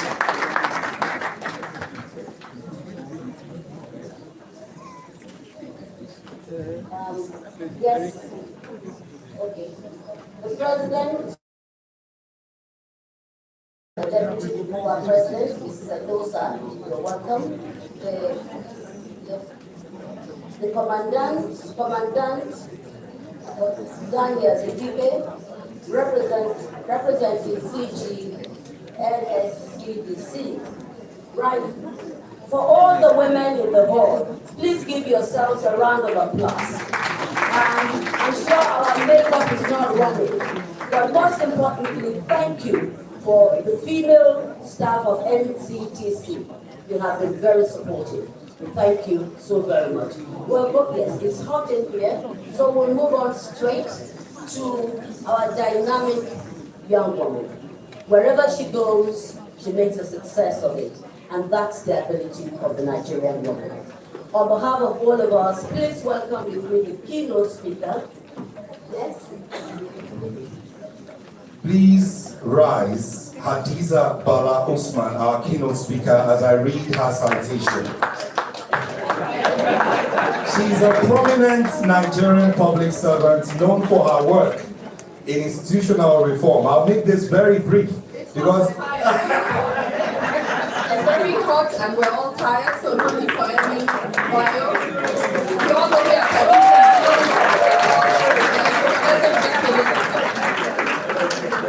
Thank you very much, ladies and gentlemen. I would like to start by standing on the existing protocol. It's quite a long protocol, and I can see familiar faces. I have so many sisters here, so many brothers. I don't know where to start from. But honorable ministers, Iman, Suwaiba, my sister Ikiruka, welcome. Our deputy governors here, executive deputy governor of Ogun State, my dear sister. My own brother, deputy governor of Nasarawa State, heads of agencies here. My brother Dapuku messaged me on this, and I said, Lamis Tumaka is calling, I'm here. Yes. Our dear younger sister, the wife of the governor of Niger State, good to see you here, ladies and gentlemen. And as I said, I have so many sisters here, I don't know where to start from. My dearest friends, Zubaida Umar, Gigi Nema, good to see you. Our older sisters here, Hajia Amuna, Hajia Zainab, thank you very much for being here. So I'll just run into my speech. I can see we're all fanning ourselves, so not too much drama. It's been a long week. The theme for this year's International Women's Day, Communicate to Balance, Gain Equity and Empower Women, is core. It speaks to the trajectory of where we find ourselves as women and what we need to do to project ourselves and ensure that there is strength in our unity and strength in how we project ourselves. I'd like to start by thanking the Nigerian Institute of Public Relations, first for setting this day aside to celebrate women, who I know play important roles in the profession, and then for inviting me to give this keynote. Is a rare honor amongst you to be here today, and I look forward to a very interactive session. I'd like to acknowledge the president of the Nigerian Institute for Public Relations, our dear brother here, who has spoken so eloquently. He spoke so much that he took away my keynotes. At some point I was like, what am I going to say again? He said everything. So thank you very much, Dr. Labi Tumaka. I've also acknowledged her and acknowledged all the members of the NIPR Governing Council, distinguished fellows also of the and members. I was conferred a fellowship a few weeks ago, so I'm a proud fellow of the NIPR. So you're going to see more of me in the next few years in my new role as a fellow. So I'll proceed to speak about the word, the power of the word. It is often said in your profession that perception is reality. In the world of policy, you also have a similar creed. What is not effectively communicated cannot be successfully implemented. A policy document gathering dust in a government office changes nothing. A brilliant initiative that cannot be to the women or man that in the normal context does not have any value. It is not more than the paper that it is written in. This is the uncomfortable truth we must confront as we mark International Women's Day 2026 under the theme communicative. God gave you the ability to multitask. That's why you're different from the man. You can do 100 things at the same time. You're feeding your child, you're checking the time, you're making sure that food is ready. So you are made like that. It's left for you to tap onto that and bring it out of yourself. So you have the ability to do all those things. You can't be seen to be successful and say you've neglected your whole life. No. You can have it all. So that idea of, oh, you can't have it all, you have to, no, we can have it all. God made us with the ability to have it all. God made us with the ability to multitask. So all of you should know they're not like the man that once he's thinking straight, when you tell him, hey, what is it he's lost? No, you are not lost. You put that on pause, you go and do that, you come back, you unpause it and you continue. That's why you're female. You have the ability and ensure you pull it out of yourself. Amplifying women's voices in policy debates as equal stakeholders. I keep repeating that we're equal stakeholders. You're not doing me a favor by letting me in. I've paid my dues. I've done what likely you haven't even done. And I believe that I have the right to be in this space, and I will pull my right and ensure that you give it to me. Mr. President used to tell us that leadership power is not served à la carte. It's not served in a very nice environment. You go and collect it. So all of you go and collect your director role, your TG role, write that exam and make sure they do it. Okay, so far, anyone may think that we have not recorded noteworthy successes in Nigeria in terms of gender equity, but it's not the case. Progress is being made, even though we must agree that there's a lot more that can be done. Under the President Bola Tinubu's New Hope agenda, we can point to a few of the following. I think I will not speak to it, I will allow the man to say it. I don't want to say what everyone else will say, and then no one else gets to say anything. So I'll just move and round up. We need to ensure that we have a strengthened voice together as a group. There's a call to action for all women and also for the NIPR to ensure that we have plans, sustained effort to establish and maintain goodwill and mutual understanding between the organizations and public spaces as it speaks to gender issues. As I said, I would like to ensure that we have gender composition at all organizational levels. We pay quality for equal work, maternity leave for both parents and women. Men, we have work safety. I remember when as the Nigerian Ports Authority, they had a ridiculous policy that did not give women maternity leave if they were not married. And I found that so silly. What has childbearing got to do with your marital status? It's not your marriage that keeps you up at night to breastfeed your child. It is the baby you gave birth to. So we had to abolish such archaic policies that do not make sense. And these are policies that seek to reduce women under the control of a man, meaning that for you to be recognized as a mother in your workplace, you have to have a man to say is your husband. Bearing a child has nothing to do with a marital status. It's not marriage that gives a child. So these are the little things that you may find in your organizations that you need to change. On that note, I would like to, let me close with this. When we communicate to balance, we empower women and stabilize the nation. Every woman that is seated here, you are the present, your voice matters now, your leadership is needed now, your potential must be unleashed now. To the men in the room, gender equity is not a woman's issue, it's a national imperative. Your daughters, sisters, wives, colleagues deserve a nation where merit, not gender, determines opportunity. The policymakers, let us coordinate to ensure that we communicate clear and we act fast. The NIPR, you hold the power of narrative, use it responsibly, use it boldly, use it to balance the scales that have been unbalanced for far too long.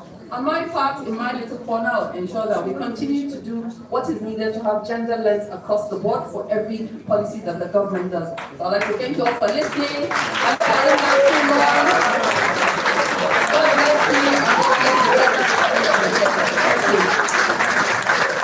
Please giving a resounding round of applause.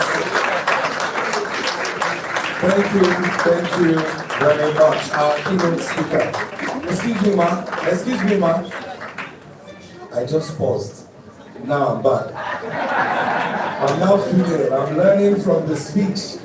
So women can pause and then they can come back. That takes something. That's serious. Mommy, pause. You can't pause now. You are paused now. You are back now. Okay, so play. Thank you so very much. Let's appreciate our own. Thank you. Yes, there are a few recognitions that we instantly must do. I've just been told that one of the finest of Nigerian women administrators is in the room. Retired but not tired. Welcome with me, former Permanent Secretary, Federal Minister of Health, Federal Minister of Agriculture, my sister, Fatima Banidele. Please, let's see you, because she's a mentor. God bless you. Thank you. By the way, she's the elder sister of the first female leader at the House of Representatives. I wonder why Honorable Murikat is not here, but I know that wherever she is, her spirit is here. Thank you. My sister that has used passion to draw global attention to what she does. It's not enough that she's a doctor of children, but doctor of the world, as it were now. She represents the UICC. She's the president-elect in Nigeria, a woman. She is passionate about not just eradicating cancer in Nigeria, but ensuring that cancers, particularly the one that concerns women, are totally eliminated. Your Excellencies, all very distinguished ladies and gentlemen, please welcome the former wife of the Executive Governor of Kebbi State, in her own right, UICC.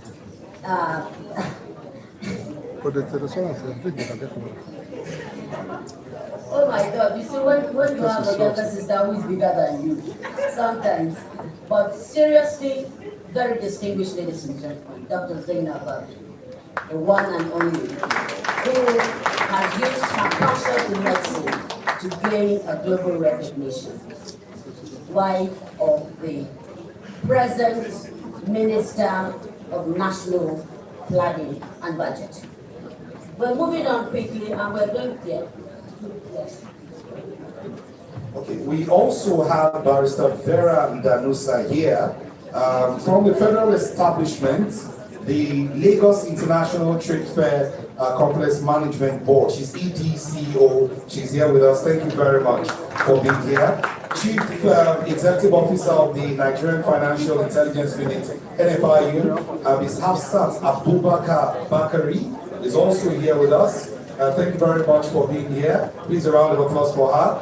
We also recognize the Sweden Embassy Ambassador, Her Excellency Anna Westerholm. Thank you very much for being here. Hajia Sahad Mohammed Ando is here, wife Adoke. Okay, Adoke, that's wife of the former Attorney General of the Federation. Hajia Fatima Shikafi, ESSNDF, is also here with us.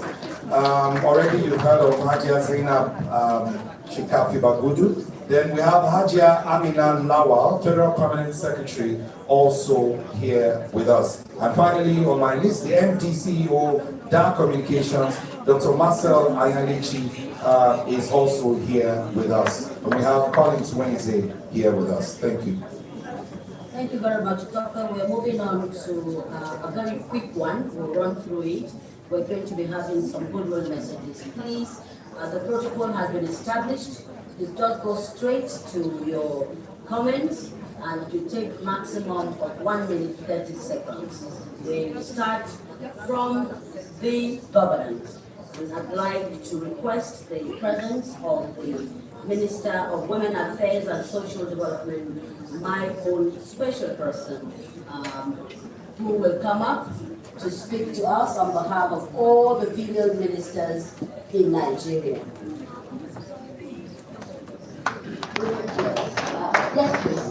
We might not be able to take all the goodwill messages. You can see that we are preparing for the panel discussion, but we'll take as many as we can. Maximum 1 minute. Just that minute that we used to push the babies. Thank you so much, Antimoti. Great Nigerian women. Great. Powerful Nigerian women. Beautiful Nigerian women. Resourceful Nigerian women. Intelligent Nigerian women. Great Nigerian men. Build the women. Empower the women. Invest in the women.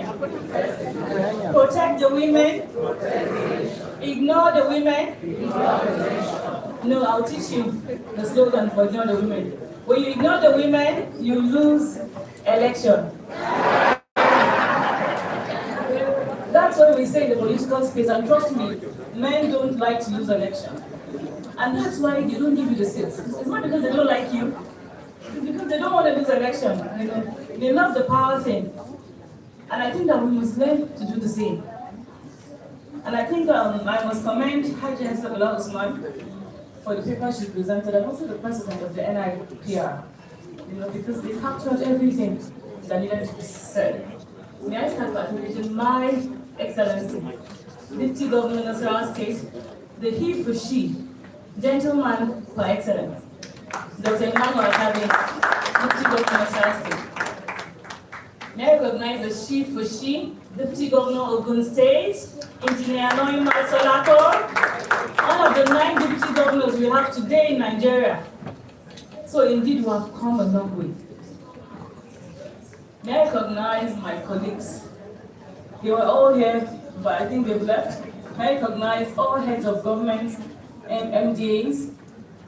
I see NEMA, I see NAPTIP. May I recognize all the women in uniform, the women in peace and security. I see the AIG, Aisha Baju, one of my favorite persons. May I recognize our women in diplomacy, Ambassador, Iceland. May I recognize my sisters, Mrs. Ogogo Musa and Antonia Bakudu, wives of our brothers in the Federal Executive Council. May I recognize my mothers, Auntie Amna and Haja Zainab Puring. May I recognize my Excellency, Niger State, wife of the Governor of Niger State, who is representing the wives of governors here present, particularly the chairman of the Governor Spouses Forum. Wow, what a month. It's been such a long month, I'm sure you agree. You know, the Women's Month, everybody took it seriously. You know, it was exciting for me, but also it was exciting engagement, but also it was long, it was tiring. Distinguished ladies and gentlemen, International Women's Day traces its origin at the early 20th century. Struggles for women's rights, dignity and inclusion. Over the decade, it's evolved into a global movement, widely celebrated as a platform to recognize our achievements, to confront our inequalities, and accelerate action. The month of March is therefore globally recognized as Women's Month, a period of reflection, advocacy, renewed commitment to advancing gender equality across all sectors, including peace and security. It is within this global context that today engagement derives its relevance and urgency. May I commend the NIPR and the Counterterrorism Center for this convening, because any opportunity to convey and speak about the power of the Nigerian woman, you know, should not be taken for granted. Ladies and gentlemen, Nigeria is home to over 50% of the population being women. I think it's something that we must never forget. When I was posted to this particular role, you know, I kind of declared it was 9 o'clock. But as I began to implement for Mr. President in this mandate area, I clearly stated that it's no more women o'clock, it's Nigerian women o'clock. Because I found that the Nigerian women are not just exceptional, but it was time for us to rise regardless. You know, in recognizing our successes, 30 years post-Beijing, it's been 30 years since we all convened in Beijing to declare the platform for action. You know, we must also, highlight our achievements despite the challenges. Today in Nigeria, just like I stated, we have 9 deputy governors. We've had 2 chairmen of the Nigerian Judiciary Council. That's the Chief Justice of the Supreme Court. This is the second one. Same for the Appeal Court. 40% of our judiciary are women. In the Senate, we have 4 senators out of 109. It clearly, no, don't look at it from the other side. Look at it as an opportunity for us to have more women in the Senate, because that's what it is. I sat next to my sister, the ambassador, the Grace Bent of Nigeria, the only female senator who went to win Senate in her husband's, constituency. She's the only senator who was able to do that in Nigeria. When you go from the south to the north as a bride and you're able to contest and win election, that's what she did. And she's the first female senator from the northeast as well. So when women like that are contesting, it means that there's room for people to contest and win. So it's because we're looking at it the wrong way. When they say they're forcing it was area, no, it's not area. It means that more women can contest and win. So it's, it's an opportunity. I always remember the story of 2 children that were sent to a city to go and explore. When one came back and told the father, let's not make shoes, or they don't wear shoes there. The other one told the dad, let's make a lot of shoes. Because they don't wear shoes, it means that we can sell a lot of shoes to them. So it's how we look at things. How are we looking at this? Today in Nigeria, we have 17 House of Reps members out of 370. Yeah? Yes, out of 370. In the Federal House of Reps. We have 40 members of the State Assembly out of over 800 seats. We have 14 states that have no single female member in the State Assembly. It means there is a man that is presiding on their committee for women affairs. States like Borno State doesn't have a female state. House of Representatives since after Assembly leader. And she left the House of Assembly many years ago. So you see, ladies and gentlemen, there's a huge opportunity for us to gear up and take up all of those positions. And I think that's what this year's International Women's Day is all about us looking at things differently, about us highlighting the opportunities. 70% of every sector in Nigeria is being driven by women. Every sector. The care economy. Majority of our caregivers are women. And even our family support workers. When we look at the extractive industry, our artisanal miners are women. Those that actually roll up their sleeves and do the work. Look at the blue economy. Who are the people fishing? Who are the people going into the waters? Majority are women. So women are driving the economy, but in an informal way. So how do we make it formal? How do we make it more beneficial for women?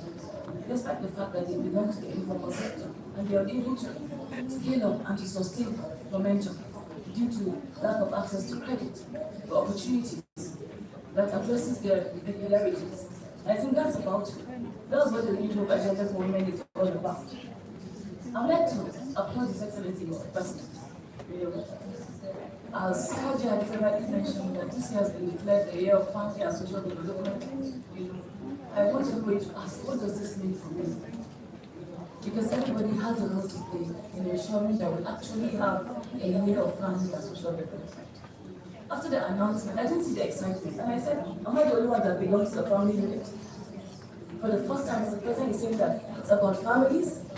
In Nigeria, it's unprecedented. And I think that that's where we need the NIPR to amplify, and set narratives around issues like this. This is a government that has a human face. In the past, priorities were given to bridges and roads alone. But today, you have a president that has given governance a human face. He speaks about human beings. He goes to a convention and speaks about women and youths, the collective majority. And I think we must take this seriously. But we unveiled the New Hope Social Impact Intervention 774. It's a 9 thematic pillar for every woman to play and win. People were congratulating me that, congratulations, I look forward to seeing you implement it. I said, no, where implement it?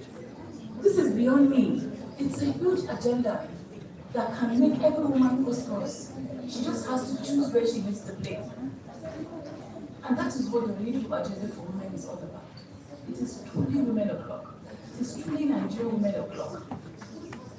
I would like to present us with a few programs that we're doing from the ministry to ensure that women become an economic power in Nigeria. Because that's one thing that's lacking. Women, we have it all from a long way we've achieved, despite the setbacks in some areas, particularly the elective space. But we have programs from the grassroots level to even for women that are in formal sectors. But trust me, the government can't do it alone. Women must also right to education and be part of the whole agenda. We have the Nigerian for Women program. It's a $514 million investment, the biggest investment for women in Africa. And what I love about it is that it's a collaboration between the World Bank, the subnationals, and the national government. So everybody put money into that kitty to make sure that it gets to women in grassroots, people that are often not thought about. From the pilot stage and the 100 million, we'll be able to have 60,000 collectives. We've impacted in 40 million women, but the scale of it is going to impact in 25 million women. I'd like to rule out a few calls to action because I can see Antimoji, from behind me, from the side of my eyes. Number one is that we must rejuvenate the women's movement. We don't have one in Nigeria. We've suffered too much, so everybody is all about themselves. When you get into a room, you kind of think about yourself. You don't think about how to bring the women in. And trust me, we can achieve more when we move as a movement. We must rejuvenate it. And that's what we progress. If anybody has ideas on how we can be able to launch it better, please reach out. Let's do it together. So we need a crop of she for she's. Second thing is mentoring. We see a lot of women that are keen to contribute, to come into a space without the required skills, and sometimes they kind of block their chances because they're not behaving well. We must mentor women. We must pass it on. We must prepare them for bigger things. And I'm counting on all of you for that. We're trying to rejuvenate and resuscitate all of our centers of excellence. We have about 12 of them across the country. We're trying to see how we can strengthen them and even create more. The third call to action is we must invest in the women, or must invest in the women's agency. The women are underinvested and even the women's agency. The whole of the women's space.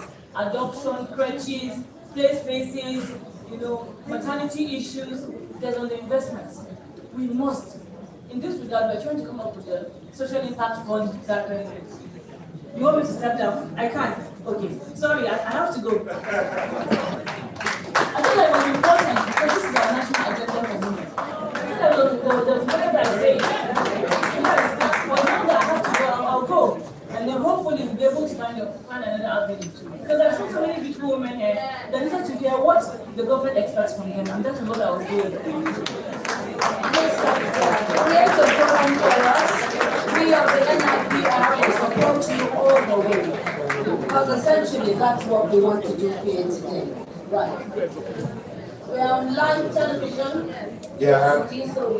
So we need to keep to time. So we just quickly invite, quickly to recognize representative of IGP, AIG, Aishatu Abubakar, ONMNI, first gender advisor to the IGP and the president of the Association of Women in Law Enforcement in Africa. AIG, thank you very much for being here. Mandate Secretary Women Affairs, FCT, Dr. Adil Dayo Benjamin Lani is also here. Please, a round of applause for her. And we'll now move on to invite next to speak a technocrat woman par excellence, a public health engineer, a real estate specialist, deputy governor of Ogun State. Please welcome the very distinguished Engineer Noimot Salako Oyedele for her goodwill message in 2 minutes. Please, a round of applause for Her Excellency. Your Excellency.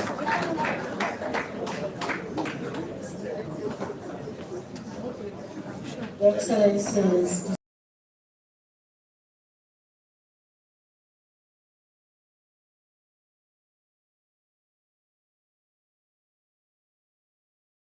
communicate to balance, gain equity, empower women, and the global call for action, give to gain. At first, these two things may appear familiar, but when we look more closely, they challenge us to rethink the direction of change. Not simply asking what society must do for women, but what women can do deliberately and collectively to claim space, shape outcomes, and influence the systems around them. Because progress doesn't happen automatically, it happens when individuals make conscious choices. So today I would like us to reflect on a slightly different framing, how women can empower themselves in order to gain equity. We shouldn't wait to gain equity before we empower ourselves. First, we must own our voices. Communication is power. In boardrooms, in communities, in politics, and even within our homes. Those who speak shape outcomes. Women must speak up, speak clearly, and speak with purpose. Not aggressively, but confidently. Not apologetically, but authentically. Second, we must invest in competence. Equity is strengthened when it's backed by undeniable skills. Skills, knowledge, and continuous learning are powerful equalizers.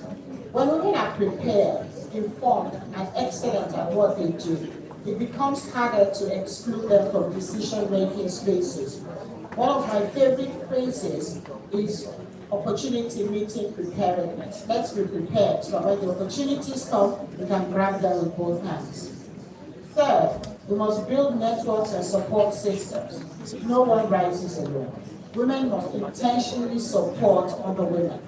We must recommend each other. We must mentor the next generation and we must open doors where we can. Too often, the ladder is pulled up after one person climbs. We must resist that instinct and instead choose to lift as we rise. Fourth, we must engage with systems, not stand outside them. Whether in governance, business, or community leadership, change happens within systems. Women must participate. We must run for office, must take leadership roles, must sit at decision-making tables. If we are not present where decisions are made, we cannot shape outcomes. Ladies and gentlemen, if you are not at the table, you are on the menu.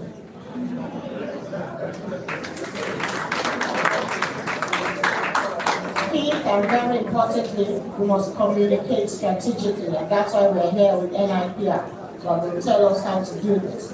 The theme reminds us that communication is not just about speaking, it is about influence. How we tell our stories, how we present our achievements, and how we frame our contributions all matter. Visibility is not vanity, it is a tool for impact. The idea of give to gain also speaks directly to this. We must be willing to invest our time, our knowledge, our support for others. Because when women give intentionally to mentorship, to community, to collaboration, we all gain stronger institutions, better policies, and more inclusive societies. In Ogun State, we continue to prioritize initiatives that expand opportunities for women and girls, from education and skills development to economic empowerment and leadership inclusion. But government cannot do it alone. Real progress happens when policy meets personal responsibility. So each of us has a part to play in getting this right. So today, I leave you with a thought. Equity is not something to be granted. Just like Hadiza said, the power is not self-allocated. Equity is something to be claimed, strengthened, and sustained. And when women choose to prepare themselves, support one another, and step forward with clarity and confidence, equity will stop being an aspiration, it will become a reality. Let us communicate with purpose, act with intention, and invest in one another. Because when women rise, the society moves forward with them. Thank you very much for the opportunity. I wish everybody a successful celebration. Thank you very much. Thank you. And it's very important to particularly recognize His Excellency Dr. Emmanuel Agbadu Akabe, the Deputy Governor of Nasarawa State, who is representing the governor, but he gave the opportunity to the Deputy Governor to speak as a woman. So give him a he for she round of applause. We'll now move on to invite very distinguished Senator, Commander of the Order of Grace Bent, Ambassador Designate CON. The owner of this vehicle, Lagos JJJ 639FS, please repart now, Toyota Camry. Distinguished Senator. Good afternoon, distinguished ladies and gentlemen. The men in the house, I celebrate you. You are awesome. I want to thank the NIPR and the Counter-Terrorism Organization for this gathering today. My darling friend, Lami Tumaka, I told her, I said, she doesn't cease to amaze me. You just, except you don't put your mind to it, you will definitely get it done. A round of applause for her.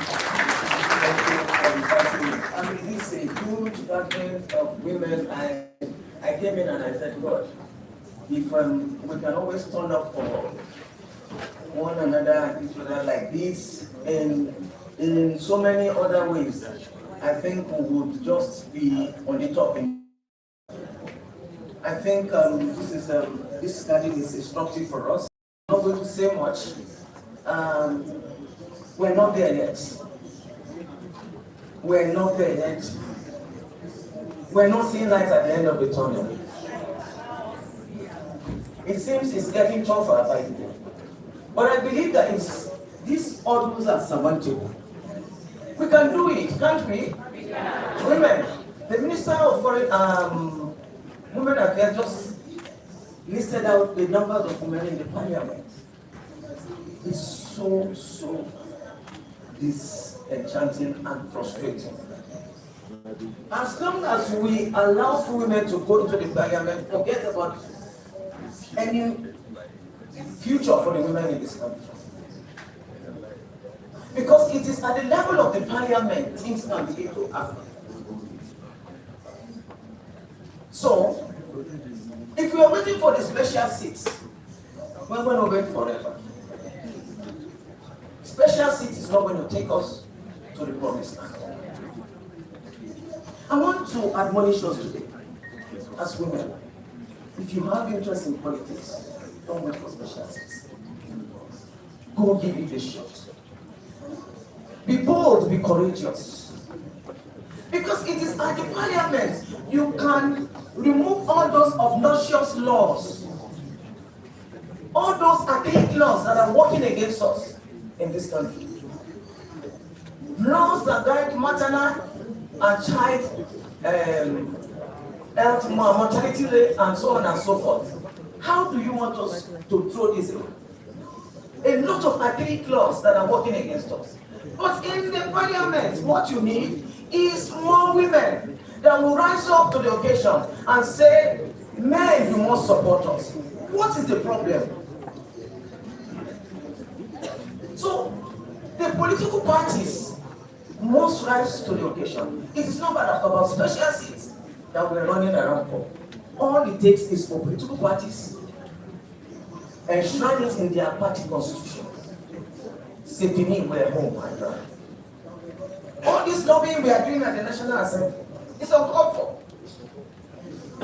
At the political party level, when it is properly crafted and the convention carries it and it becomes enshrined in the party constitution, that certain percentage must be allocated to the women. Like you have in Tanzania, you have in Malawi, you have in other places, you have a zebra kind of policy. You have a woman, a man here, you have a woman here. We are home and dry. It becomes a prospect. It becomes implementable.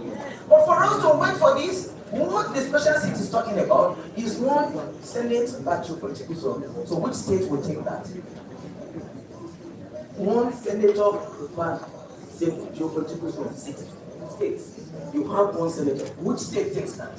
You have 3 per state. So it is not yet Uhuru. I thank you for bringing us together here, but we need to do more brainstorming sessions to make sure that no woman, no election in this country. Until we get to that level, we are better. Thank you very much for listening. That was explosive. No woman, no nation. Thank you so very much. Well, yes, we're getting there.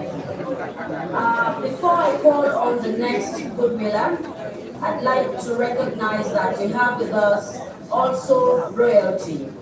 Her Royal Highness Hajia Ambassador Hawa Ibrahim Adamu, wife of honor of Abaji, President Association of Wives of Traditional Rulers, is also here with us. I'm just getting there. Thank you so much, Hajia. Thank you. Quickly, we would like to invite the Executive Commissioner, Nigerian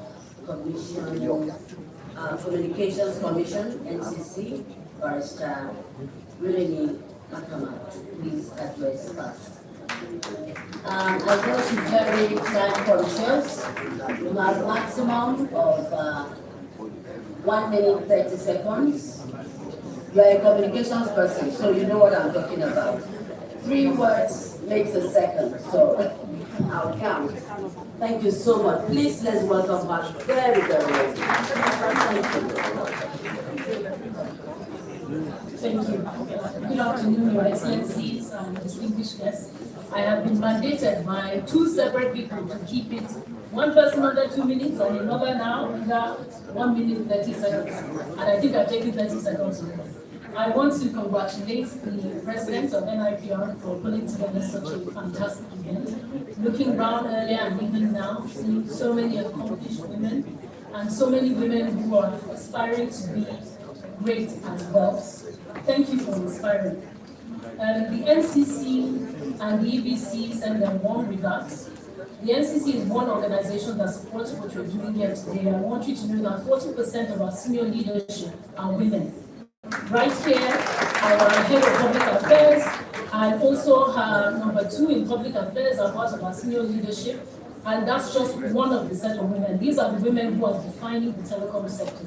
So next time you see a regulation, an act, or anything happening in the telecom sector, know that the industry is being driven by women. Thank you very much for having us today, and we're proud to be your partners. And I believe I have kept it under 1 minute 30 seconds. Thank you so very much. Another round of applause to be on time. Our next speaker is the UN Women Country Representative for Nigeria and ECOWAS. She was here earlier, but she had to go to another meeting. Please, our speaker here who is representing her, a he or she, will send our apologies for not calling her in good time, but that we recognize what she does for Nigeria and will come to see her. Please, I know you, my brother, Peter. 1 minute, 30 seconds. Thank you very much. Excellencies, distinguished ladies and gentlemen. Let me start by celebrating all the women in the house.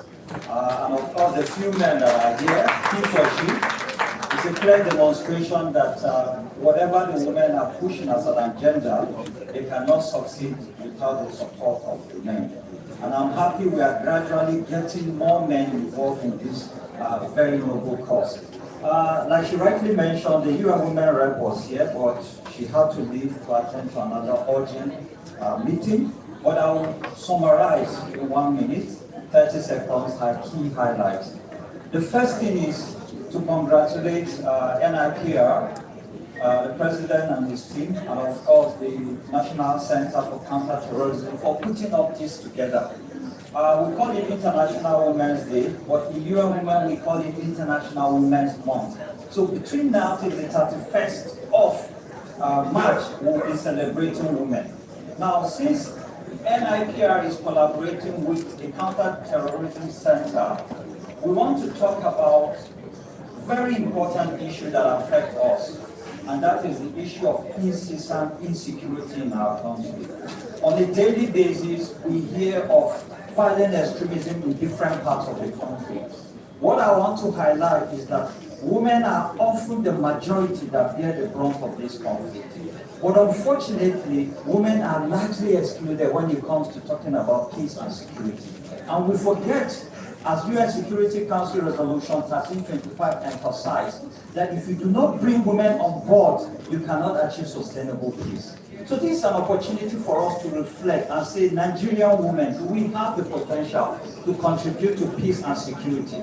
Yes, we do have. And we have practical examples. Go to Gombe State.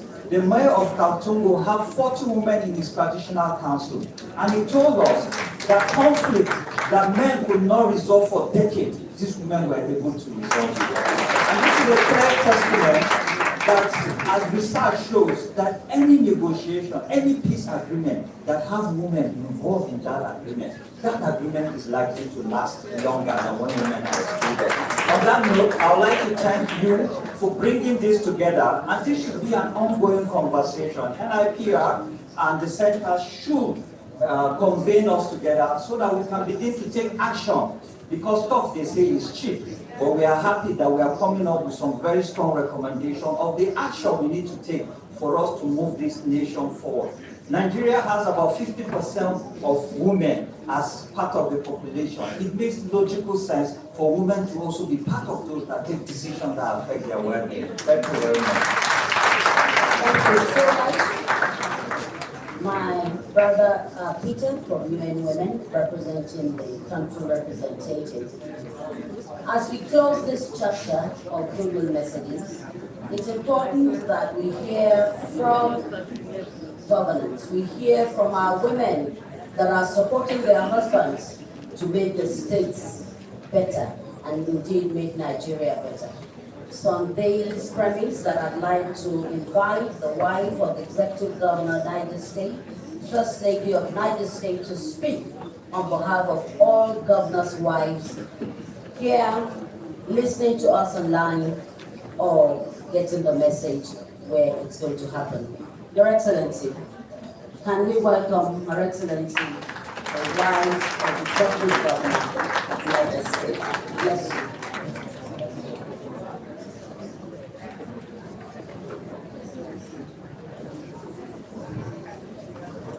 Your Excellencies, all other protocols duly observed. I want to congratulate every woman that is seated here today for having the opportunity to be part of this very historic occasion. It is with great pleasure that I join you all today at this important gathering organized by the Nigerian Institute of Public Relations to commemorate the 2026 International Women's Day. As women and as leaders, as well as institutions, we must take on the responsibility of creating spaces where women's perspectives are not only welcomed, but actively amplified. In Niger State, we have taken the deliberate and practical steps to move from advocacy to actions. Under the purposeful leadership of my dear husband, His Excellency, the former governor of Niger State, Muhammad Umar Babu, all vice chairpersons positions across the 25 local government areas have been reserved for women. Today, we proudly have 25 women serving in these roles, and they are doing remarkably well in amplifying women's voices. This is a clear and bold testament that women are capable and effective at the decision-making team, especially at the grassroots level, where governance meets the people. I remain deeply committed to supporting initiatives that uplift women and girls through education, empowerment, and inclusive engagement. Because when a woman is empowered, a home is strengthened and a society is transformed. However, Empowerment must go beyond words. It must be reflected in our policies and platforms. And our everyday action, we must move from intentions to measurable impact. I therefore call on all stakeholders, government, the private sector, civil society, to use communication as a force for inclusion, equity, and progress. We must continue to tell the stories that matter. Let us amplify the voices that inspire change, and most importantly, let us act with purpose on issues that concern women. I commend the Nigerian Institute of Public Relations for their laudable initiative, for providing a platform that continues to shape national conversations on equity and leadership. Thank you for the honor of being part of this event, and on behalf of all the Nigerian governors' spouses, I must congratulate you once more, and I wish you a very successful and impactful celebration. Thank you.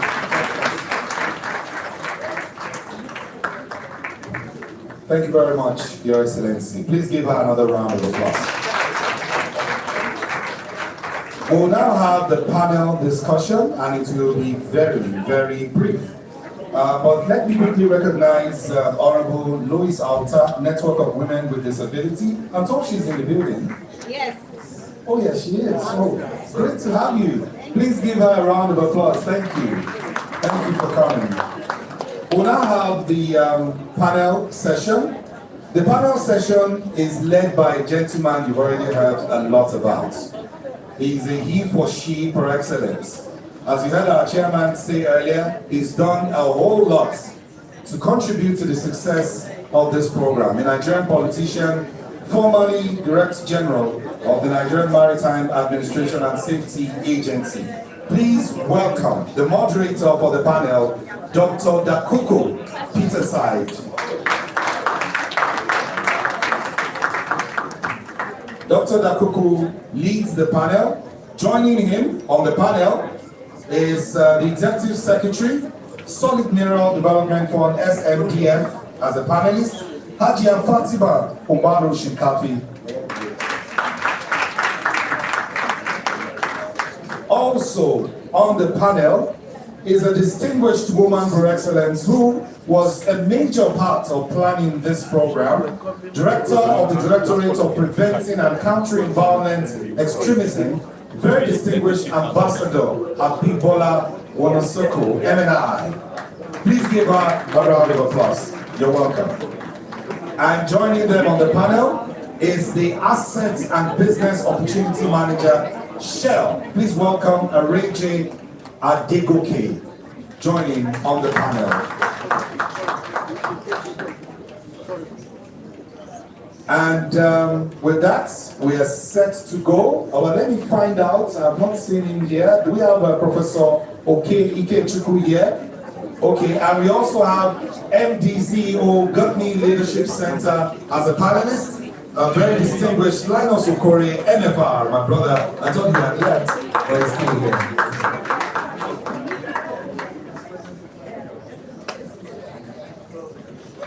So, tech guys, let's have more microphones. I'll hand over to the moderator now to lead the panel. Sir, you're on. Hello. Hello. Your Excellencies, ladies and gentlemen. We'll go straight to business of the day. The keynote speaker has already set the stage for his panel discussion.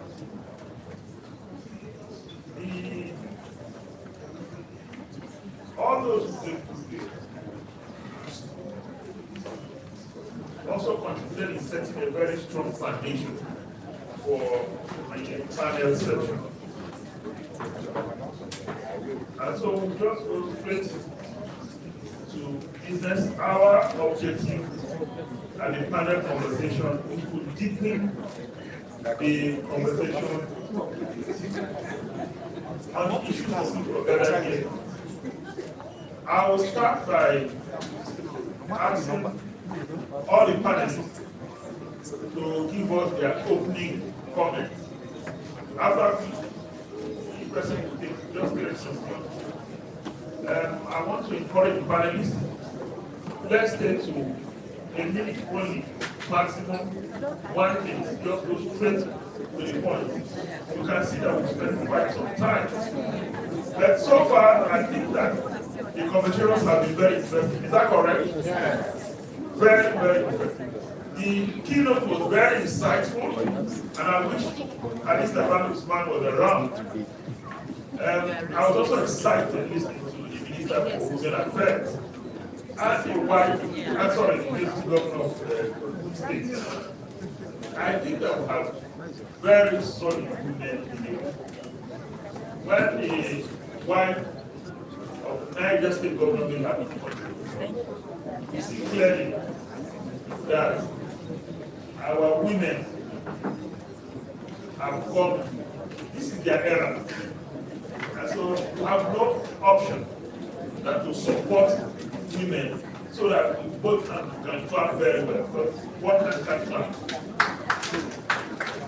All right, so I will start from my right. You just give us your opening remarks for 1 minute. Thank you very much.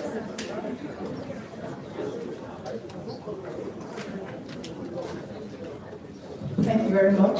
Thank you. Standing on existing protocols, because we have 1 minute. I'm honored to be here, and I'd like to speak to the theme immediately of the conference today: communication and equity. It's a strategy, and I don't find myself in the position of executive secretary by accident. I worked for it, and it was over years I built on that strategy. Communication is about converting what you're saying into impact and influence. It's not only about being understood, but it's not about the volume of what you're saying, it's about the precision and strategy you are using to deploy that to find a place in the room. And if you do find yourself at the table, don't be paraphrased out of that position. Keep your point, stand your ground in a very graceful way, because that's what women are known for. We're not the aggressive. If a woman is aggressive, it's frowned upon, whereas it's a compliment to a man. So the communication you deploy should be impactful, not just to be understood. It's not about fine English or grammar or how you say it, but make a place for yourself in the room with precision and with strategy. Thank you very much. Confident, communicate active, be focused, and be purposeful. Now to Linus Okori. Is there any woman in this room that is hungry to make a difference? Can I hear you say I? Evita Peron, who was the wife of the former president of Argentina in 1940s, one day simply said, "My greatest fear in this life is to be forgotten." When she made that statement, she immediately began to reflect and review what impact she was making, and then decided that she would make a big difference in Argentina. And then she began to set up a program for the poor, to lift the poor out of poverty. And that program was so powerful that if you were sick in Argentina, you have a sick leave, you will be paid for being sick. She built all manner of hospitals. She mobilized goodwill all over Argentina for the business community to add value to the people of Argentina. And then she helped the husband to win for the second term in office. But in the second term, just at the age of 33, Evita Peron died. She died of cancer, and the country refused that she be buried. They wept in the entire country. They held To cut the long story short, today, Evita Peron is an institution. She lives even though she's dead.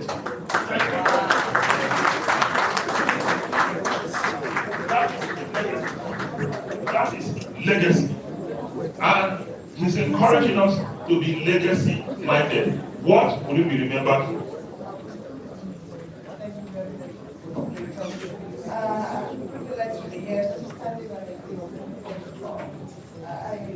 I see this congregation, this meeting as very timely. We're talking about power, equity, and the role of women in the future of Nigeria. And I believe this time is not only just to celebrate women. We're talking or we're addressing some fundamental truth. What is our role as women? Are we given our rightful place? So therefore today, I believe that for us to have an inclusive and a representative society, it is not just a moral responsibility, it is a strategic necessity. So as we discuss today, I want us to think of impact, not just intention. We have been talking about female affiliation in Nigeria. Where has it taken for us? So it is a clear call for us to rise up as women and take our rightful place. Thank you. Thank you very much. Rise up as women, take our rightful place. Rise up as men, support women to take their rightful place. Good afternoon, everyone, and I stand on existing protocol. I stand on existing protocol. So if I speak directly to the theme, which talks about communicate to balance, I look at communication. This is very, very key. And for me, I see communication as having a voice. But beyond having a voice, it's how is that voice heard? How is the voice acted upon? What opportunities does that voice unlock for you? So we find out that in our society today, in many places, women do have a voice because we come in and we all understand that we have been on a journey. So even in areas where they are given a voice, we find that the power, the opportunity, and even the credibility of that voice is where we still find an imbalance. And we're talking about 50% of our workforce here. So I cannot overemphasize the importance of leveraging on the strengths. You can imagine not taking advantage of the innovations, the creativity of half of your workforce. So that's why I think this discussion is very important, because what we are doing is we are discussing the future of Nigeria. And Shell Nigeria is very happy to be a part of this conversation of powering progress in Nigeria, even after being the pioneer of oil and gas over 60 years ago in this country. Thank you very much. You can't talk about progress if it is not inclusive. Inclusiveness is not about all of us. Inclusiveness is about everyone playing his or her own role. Are we inclusive? Now, having made our opening remarks, we can now ask the probing questions. I'll start from my right. There is an error I've seen under the sun. In many societies, we think that power resides only in the National Assembly or in the Federal Executive Council. But power also resides in the conversations we hold, the narratives, the stories we tell. And that is why our role as PR professionals, media professionals, is key. And so I would like to ask this question. In your view, how can we use communication across media, policy, and public discourse to create a more balanced and representative distribution of power?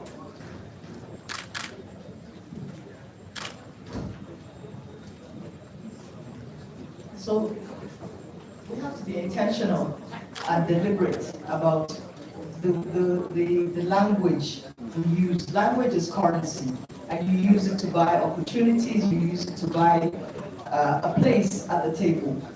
You have to be deliberate about what type of narrative we project out there for women. And women can allow their story to be told, or we can tell it ourselves. And I think if the women, especially in the communication industry, draw that line at each one's level, there's leadership, there's at the leadership level, the intermediary level, and at the lower levels. If you draw a line and make sure you should pretend in a gentle way, in our own way of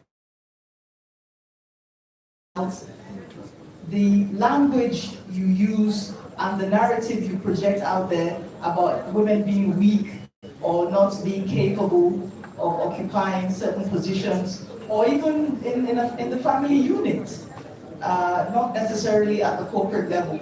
So the way you use that currency and being sensitive, being empathic to the gender, the other gender, is a way we can deploy impact through communication. I'm not a communication expert, but I grew up around Auntie Ali Tumaka. So if I didn't answer that question, I would get a mouthful after. You did absolutely well. Absolutely well. Now I'll still come to you, Lamis Okori of Govni. You are a leadership person, and just before the end of this conversation, I'll take you to task on leadership. But before then, I'd like you to contribute to the conversation around communication and framing communication to achieve balanced development, to achieve more representative distribution of power. So from your own perspective, as a leader-minded, a leader trainer, a leader-focused person, what can you say about using communication through boardrooms, communication through various channels to actually achieve a more balanced and equitable society?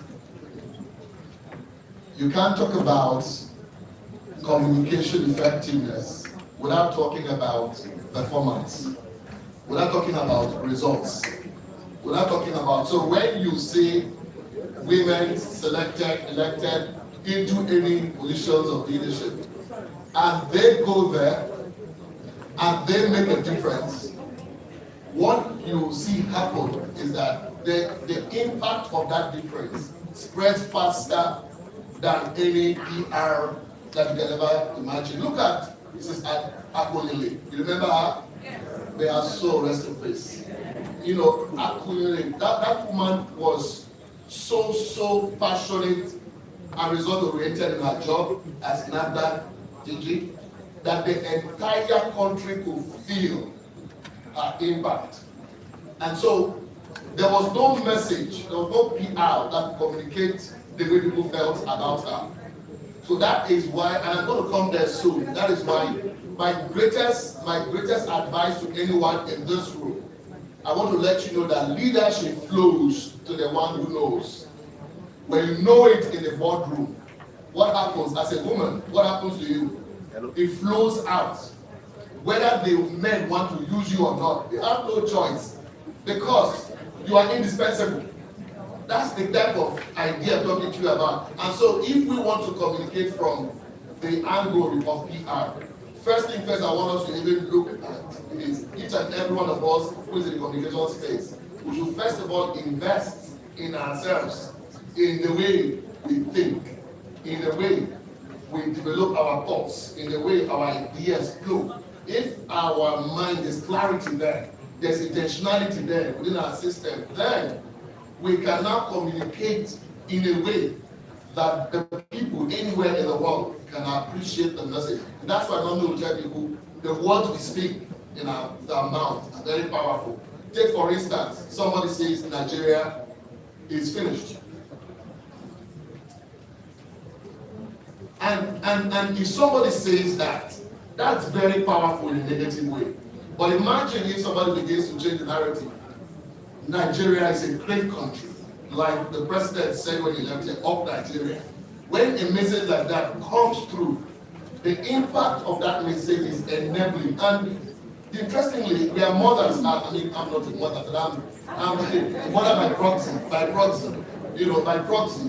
When a mother is grooming a child at home, you see this, and she doesn't have the competencies required to say the right word, groom that child, and all of that, at the end of the day, that's where we will begin to miss the point. So I want leaders, mothers who are leader model, that will communicate the right words, will communicate the right message. Even our body language is communication.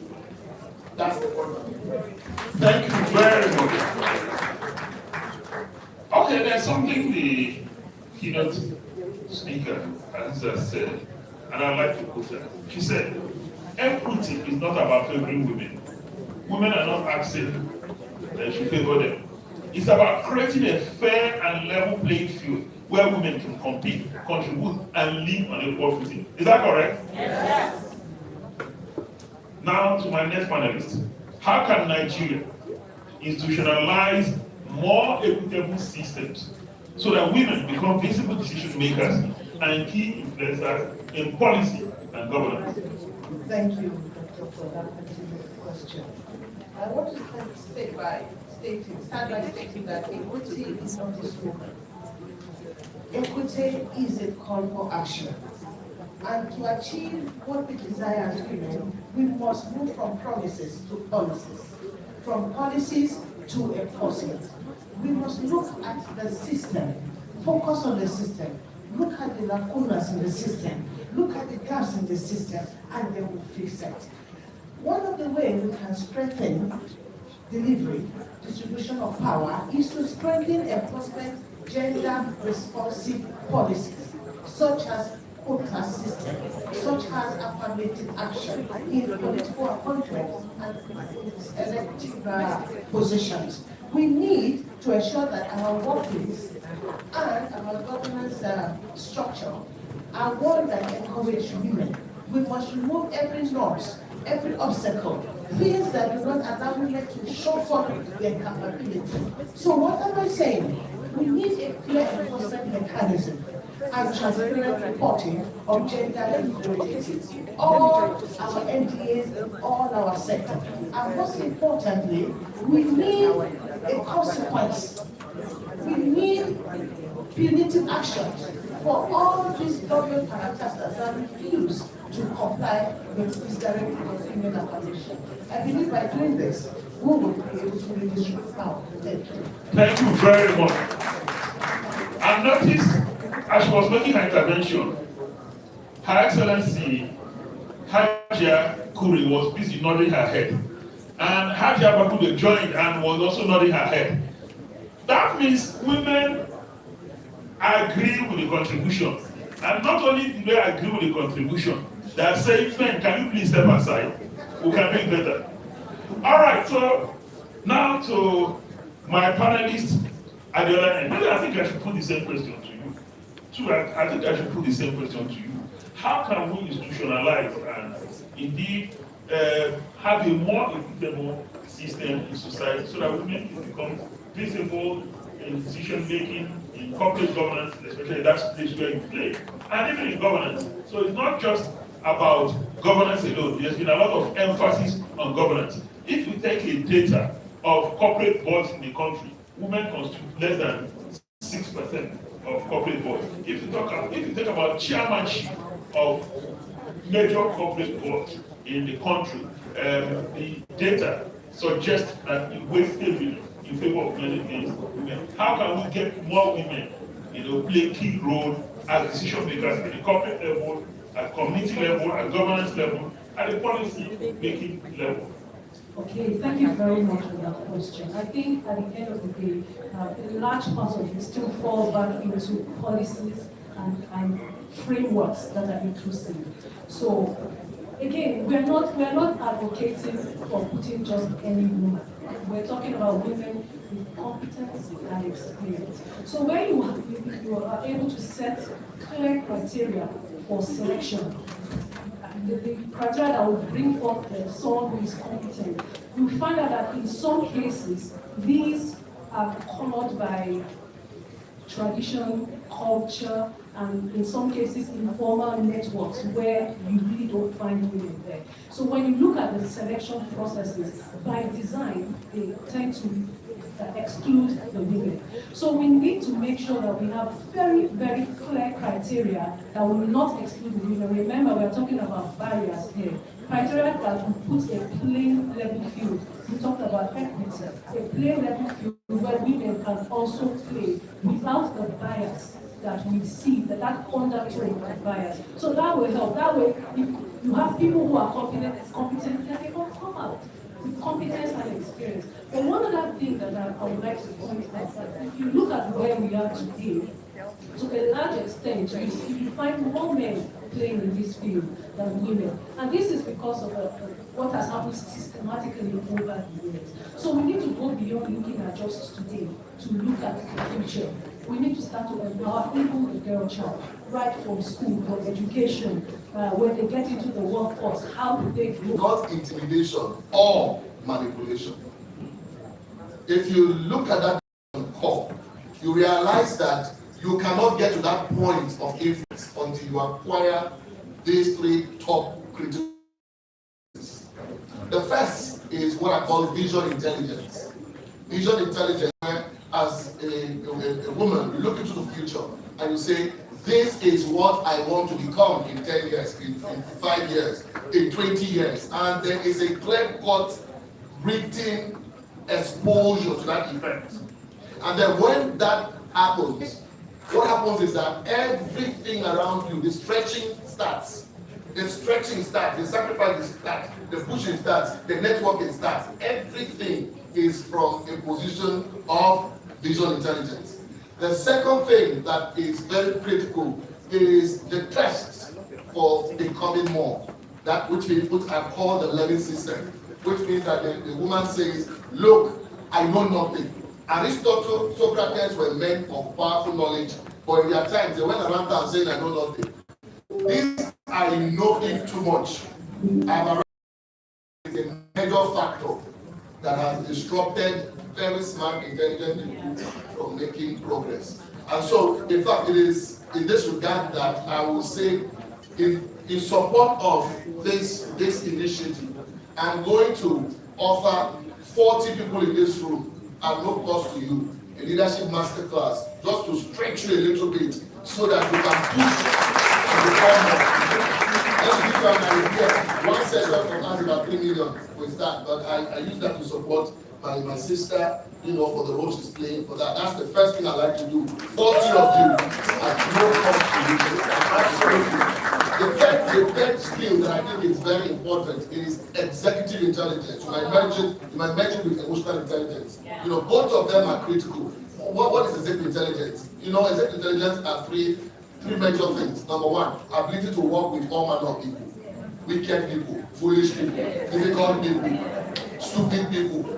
Yeah, because most of the time you are not the one that engineered them in your space. But you must work with them. What does that mean? You will have to develop mind leadership, ability to protect your mind from external aggression, which means you have the capacity to now do what? To now ignore certain petty things in order to be able to allow yourself to continue to grow and make a difference. Is that correct? That's the first element. The second element is that it's ability to work with the best minds around your space, not go and pick relatives. You are appointed, you go and look for relatives, people who are tested, proven. What does that mean? They can test your intelligence. They have the capacity to speak truth to you, and you will expose yourself to growth when that happens. Feedback becomes important. You see, that skill is important. The third element is that when you make a mistake, ability to judge yourself. I am wrong. And in your space, sometimes it's difficult to say I am wrong, especially when you are somewhere, at the top. That's executive intelligence that is critical. And the other one, therefore, is emotional intelligence. And I'm certain that everybody in this room will understand how critical that is. No nation can make progress until you have leaders who have been groomed, deliberately groomed, not sound technically alone, not sound in function specific alone, sound in all ramifications. And the last thing for the benefit of the PR practitioners, one of the major things that I'd like you to be able to know is that visibility is critical in the 21st century. What that means is that the world today is a global village, which means distance is completely dead. So what it means is that any communication that you bring on board, has to be a communication. If I take a selfie with somebody now, I post on Facebook tomorrow, or immediately they say, yeah, my friend is liking it. What is the implication of that? The implication of that to you is that you cannot be wrong when pushing out information in the public space. When you push the wrong information and it's applied to you, you are finished. Thank you. Thank you very much. That's the leadership teacher speaking. Is that correct? Yes. All right, so let's come back to PRO practitioners. If you are asked to advise PRO practitioners in this room on strategies that they can adopt to effectively advocate for policies that remove barriers to women's participation in governance and economy, what will your advice be? Well, I have to start by that. Myself, I'm not a media practitioner. That's what I said, if you have to advise them. Oh, diplomacy, there's an intersection between diplomacy and public relations. There's something central. They are all managers of reputation. Is that correct? Yes. As a diplomat, you are managing the reputation of your country. As a PR practitioner, it is a responsibility to manage the reputation of not only your position, but your nation. Is that correct? Yes. Squarely. Public relations and media practitioners are not just storytellers. They are people that shape perceptions. They are people that shape behavior. How can we, use this to advocate women's in governance, participation in governance? I want to use the example of the one that I mentioned. And what did they do? They consistently put female equity issues on the agenda. Rwanda right now can boast of having the highest number of female parliamentary members in the whole world. How did they achieve it? Every avenue, the PR, the media practitioner, on a daily basis, using conversations, using media partnership, everywhere in Rwanda, but was about projecting women in leadership role. Right now, as we speak, Rwanda, in their Senate, in their lower house, they have 63.8% of women. While in their Senate, the women occupy between 46.4 to 50%. And I believe we can achieve this. How? Consistently portray women as leaders, as innovators. Let it sink into the psyche of the society and make them more acceptable and make them more, you see a gradual change in perception of how women should be. So we need to, how would I say, force it down the throat. Yes, we need to force it down the throat because we're capable. We have the ability, we have the intelligence. And also, we can also, the PR and the media practitioner can leverage digital platform and social media to mobilize public support, especially among youth. We know the power of hashtag Bring Back Our Girls. It went viral. So this is an avenue that the media can use and to reposition women for leadership in Nigeria. Thank you. Thank you very much. Now to my other panelists. You are a technocrat. You listened to the keynote speaker. She made a lot of very valid points. Please, what are the 3 key takeaways that I think that you would suggest that every member of the audience here should go home with? All the women in the room. Of all she said, she made a lot of points. Nobody is going to fight for women. Women must fight for their own space in boardrooms, in the political space, in the media. Women must tell their own stories. Don't leave anybody to tell your story. Women must tell our own story. I'm sure you know I'm he for she. We must tell our own story. So please, can you tell us from a technocratic lens 3 takeaways that we should go home with from all the keynote speakers said? You keep talking about technocratic lens. Okay, I'll try to be limited to because you have mentioned 3. I think the first thing I would say, because we have a gathering here of media practitioners, is remember that you have the power of influence. You have the power to shape the narrative. So ensure that the interesting thing is you cannot be neutral. As a media practitioner, you cannot be neutral because everything you do is either going to contribute to the imbalance or it will correct the imbalance. So you need to be deliberate in ensuring that whatever you put out there, whatever communication you put out there is going to correct the balance. For example, we have C-suite women you can bring on your platform to tell their stories, because their stories are powerful. And you find out that it's not just data. When you work with data is just numbers, but the power of the story of someone who has that success under her belt goes a long way to build credibility for the female folk. So your first point here is ensure that you are creating the right narrative. That will be one. Then, secondly, I want to talk to the women. Now, like I said earlier, what we are pushing for is competent women. We are not building a platform to bring just anybody. So you need, I think one of the speakers, now there were so many speakers, so I can't tell if it was a keynote speech or, okay. All right, so there was one of the speakers who talked about, I think now I've lost my train of thought, but there was one of the speakers who talked about opportunities meeting preparedness. So we must prepare ourselves. We don't want women that will get to the decision-making table and showcase just mediocrity.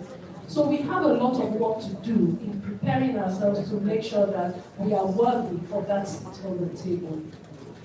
And then finally, the third I will talk about is, again, for the PR practitioners and media practitioners, is you need, beyond advocacy for change in policies and so on, you need to go a step further to hold institutions accountable. Anything that is not measured, nothing would be done. So when policies are put in place, follow up. How are the policies progressing or not progressing, as the case may be? Ask the difficult questions.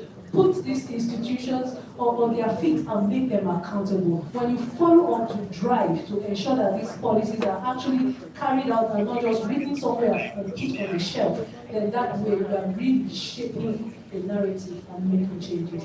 Thank you very, very much. Now, just before we come back for your final thoughts, we'll just take 3 contributions from the audience. The keynote speaker made a very important point, a very valid point. Empowerment begins with voice and visibility. Empowerment begins with voice and visibility. And so, 3 contributions. I can see my sister, and I don't know if I'm biased. Okay, so just... Okay, so Professor Peter, Dr. Peter Oyineye, please quickly, sir. The microphone, can we pass the microphone to him? Quickly.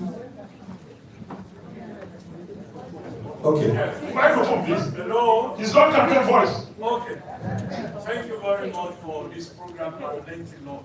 But I want to say that organizations talk about onboarding when they bring in new people. Colleges talk about probably orientation program. Can we start talking about putting a proposal together, women, to give to lawmakers, executives, people as their give them a proposal, see what should be done for the women, see what we have achieved, see what we need. Because if we don't ask, we will not get it.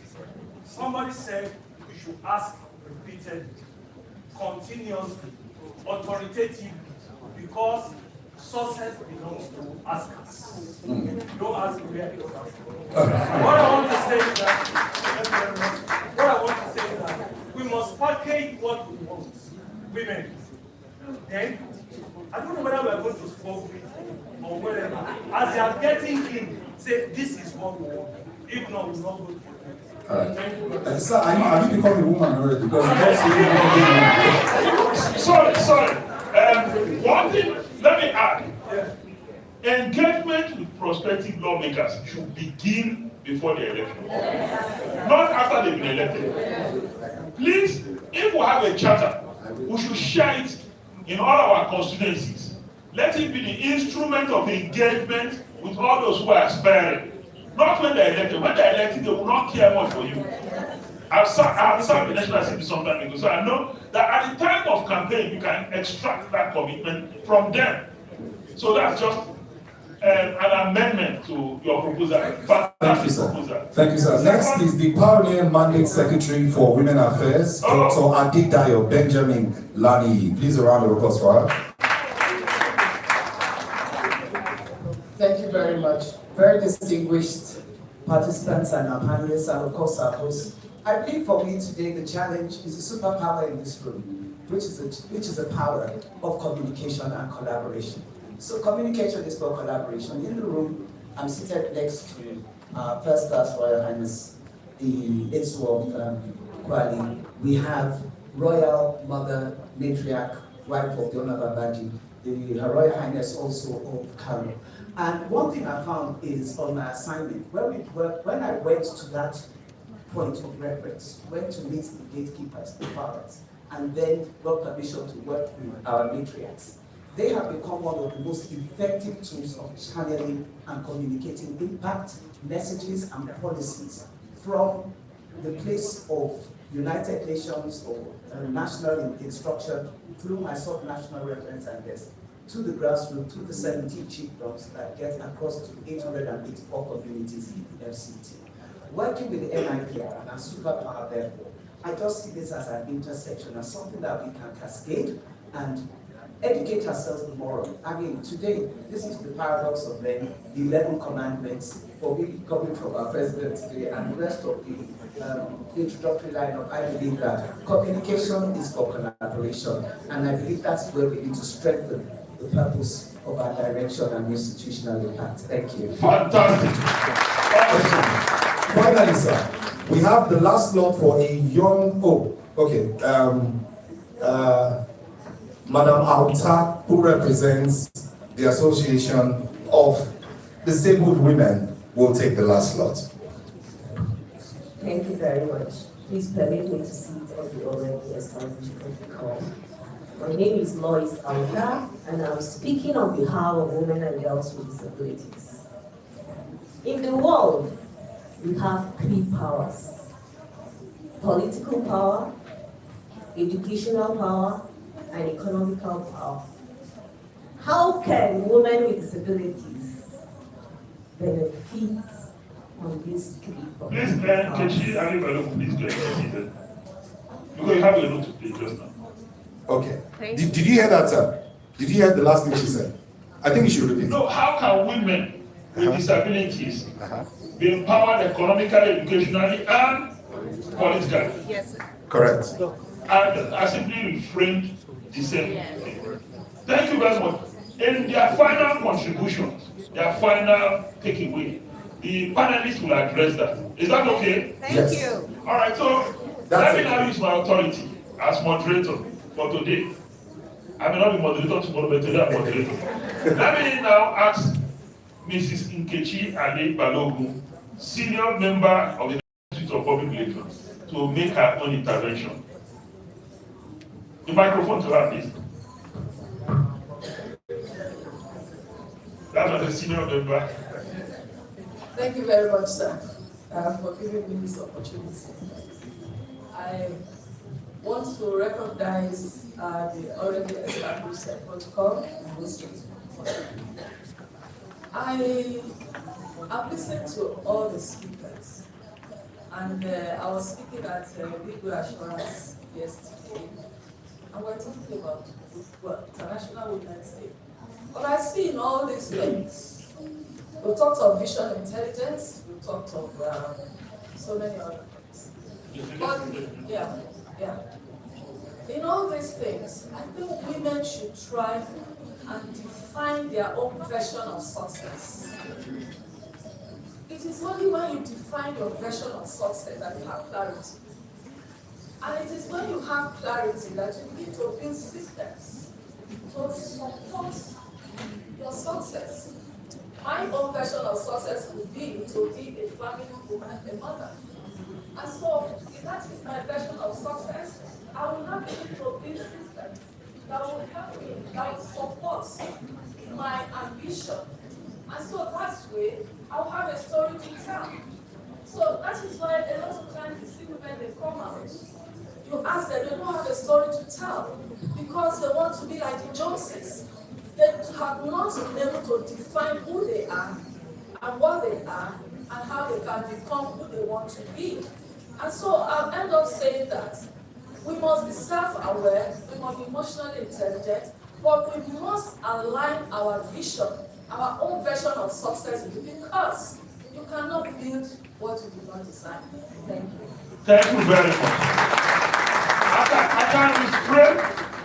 I can reframe what she just said. We can move from good intentions to intentional action. Is that enough to talk about success? What does success mean to us? And how intentional are we about achieving success? And what are the building blocks of success that need to be in place? Just before the final talk again, let me thank Hajiat Lami Chumaka and her team for putting together this very potent platform.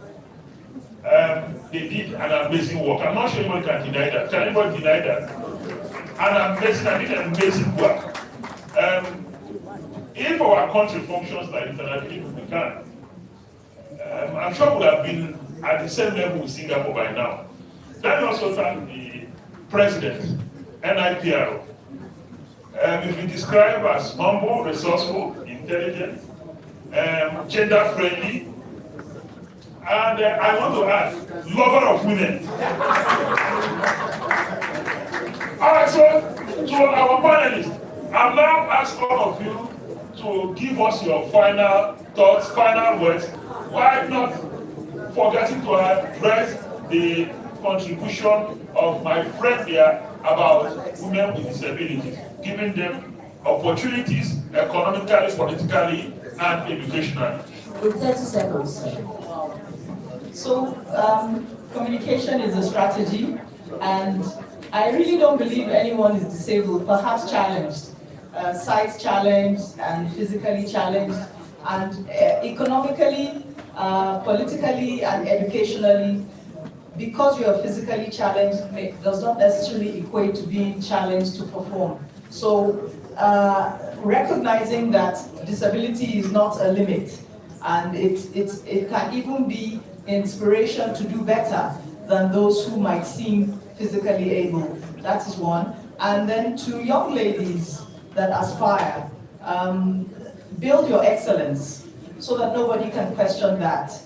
Build your network so that you're not fighting alone. Don't try and fight alone. Build your network, and also build your voice so that no one can drown it and paraphrase you out of the room, and put God first.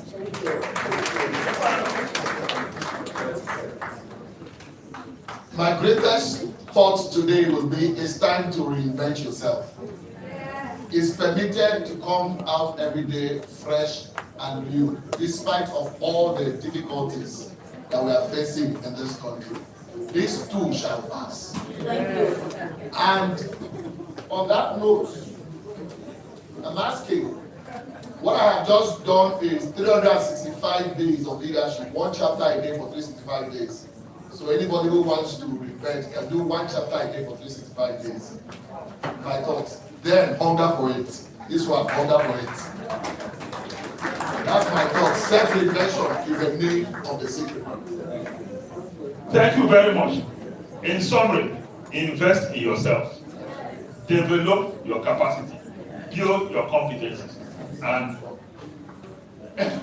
yes, Alan, live in a storm. Well, because we're in crisis-ridden society, we're literally in the world of permanent crisis. It is not epidemic today, it's one crisis or the other. And so you can't be a leader today if you've not learned how to function in a storm, how to function in a society marked by uncertainty, volatility, complexity, and ambiguity. Your final thoughts, please. Communication shapes perception. Perception shapes power. When we use our voices, our platform, our connection, we can make things go around.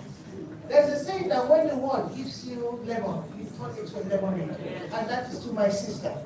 You are not disabled. You are just challenged.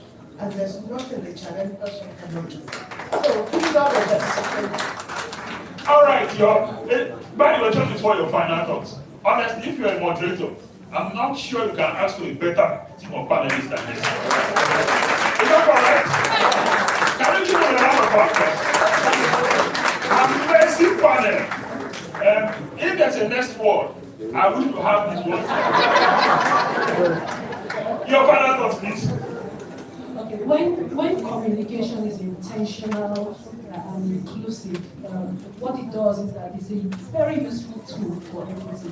So when I say inclusive, I'm not talking just women because of the comments from my sister over there, including the disabled as well. It's a very powerful tool for equity because it challenges biases and creates a narrative that opens doors. So let's use our communication platforms to open doors, to empower the women, the disabled, so that confidently they can take their seat on that decision-making table.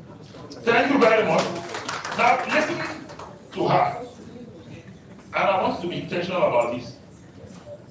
Communication and reputation are master keys. They can open any door. Thank you very much. Please give them a round of applause. Please remain seated for a moment. Thank you so very much. And well, if I come back again and we do this again, we'll ensure that these members of this panel continue to speak to the consciousness of what we can do by ourselves for ourselves. Thank you so much. At this point, we have a little something that you can put on your table. Yes. To present the first one, we invite distinguished Senator Zainab Kure. Please come forward, Matt, to present the first one. Distinguished Senator Zainab Kure. And that will go to Hajia Fatima Umaru Shinkapi. Yes. And while distinguished Senator Zainab Kure is coming up, we invite Ambassador Fatima Helen Amanabo, MD DOAS, to come for the next presentation.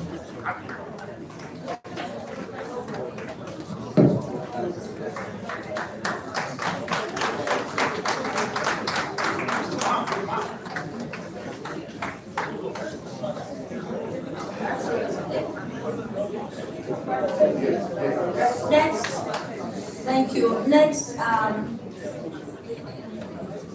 won't call this an award, but special recognition will go to our brother, Linus Okori MFR, MD, CEO, Voting Leadership Center.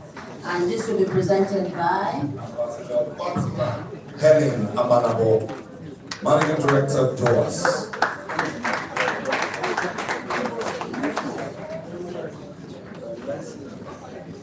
Next will be presented by distinguished Dr. Zainab Shinkafi Bagudu.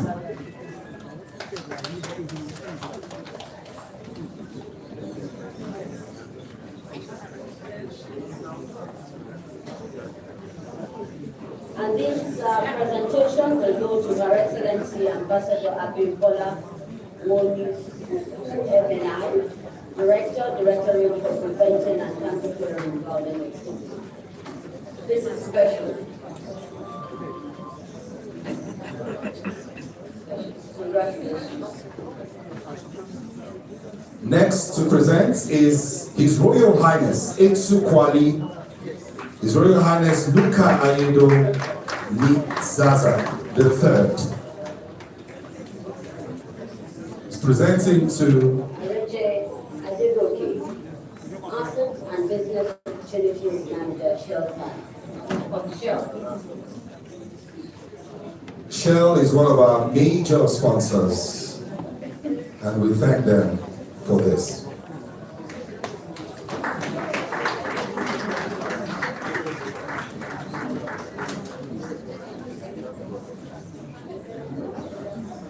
And last but not the least, will be presented by Niger State First Lady Hajia Fatima Babo to present to the moderator.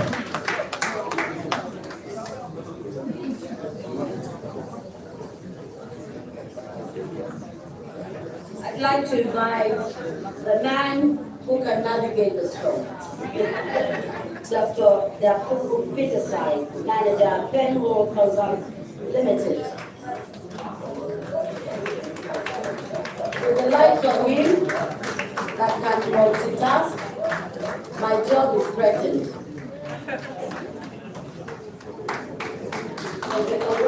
A quick announcement that lunch is available, so don't be in a hurry. We are getting towards the end. So group photograph quickly. The other two members of panelists, please quickly for group photograph, quickly. And while this is on, we'll have the videos of the unsung heroes or heroines.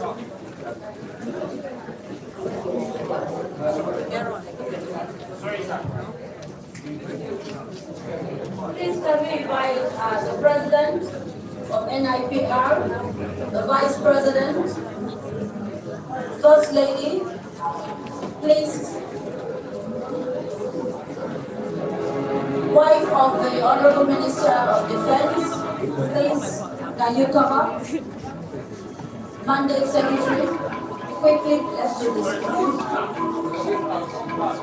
Mandate Secretary.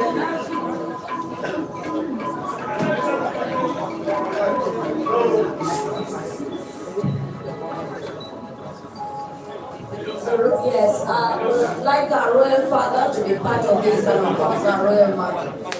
Please.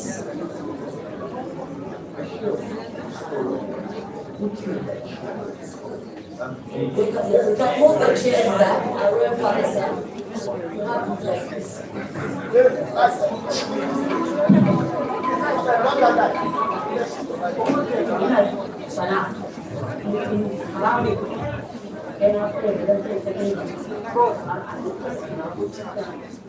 Sorry.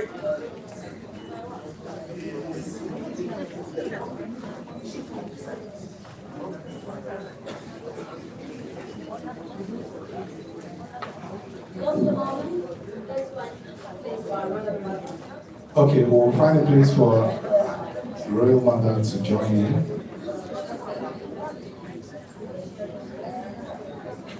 While this is ongoing, shortly we'll now introduce the unsung heroines, short videos of their stories, which I'm sure will amaze you. It's something you don't want to miss. Let's roll, IT.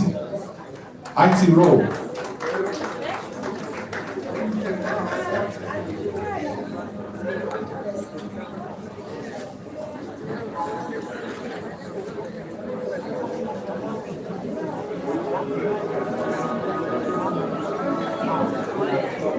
While this is going on, just take a moment to rise. Everyone will be sitting for a long time.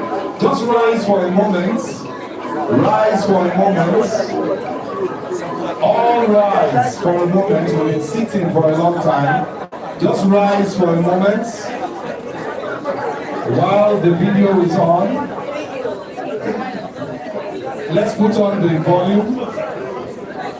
Rise for a moment and then you can sit down now. Please sit down.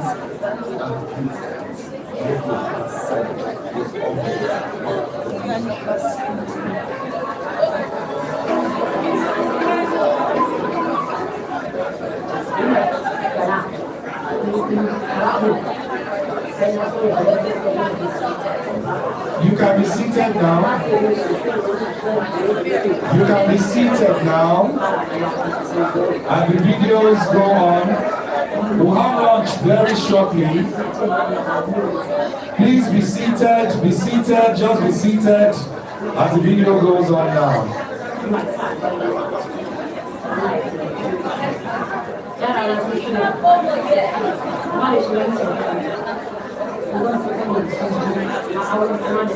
Please roll down.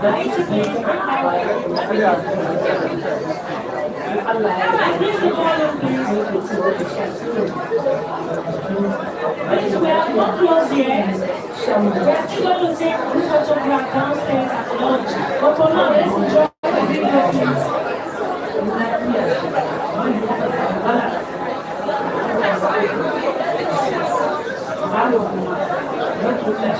Now, while that is on, we invite the heroines, and to invite them, I want to call up the podium the Vice Chairman of the International Women's Day Celebration, who herself is a very distinguished member of the planning committee, Madam Oye Rock.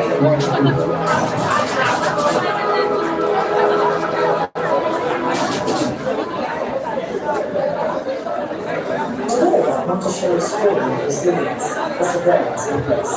So all her friends, these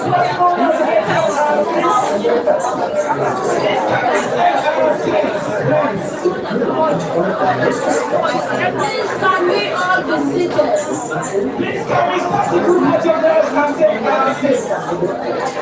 Behind it is a woman that struggled amongst friends. Can we all be seated? Cameramen, can we hold on with the photograph? Cameramen, please hold on. Hold on, please be seated. Be seated, be seated.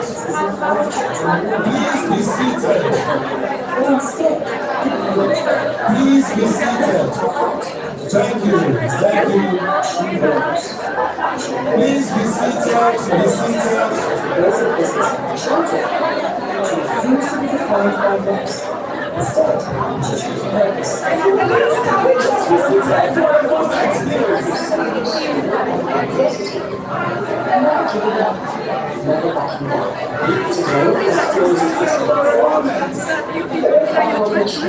Master's degree holders thriving in the various fields, from banking to entrepreneurship and event planning.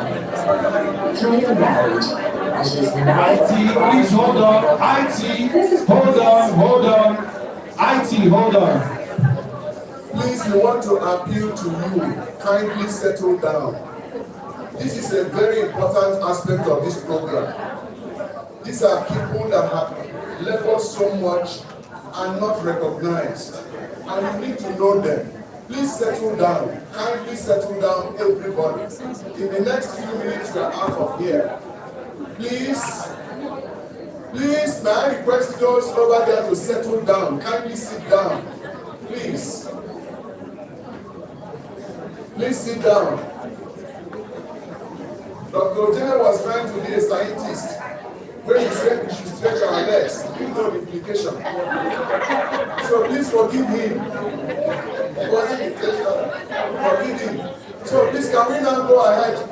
Media, please increase the volume so that they can hear. Please. Okay, so start it afresh. Start afresh. And then increase the volume. Thank you. Thank you, Mr. President. Please start afresh and increase the volume. Thank you.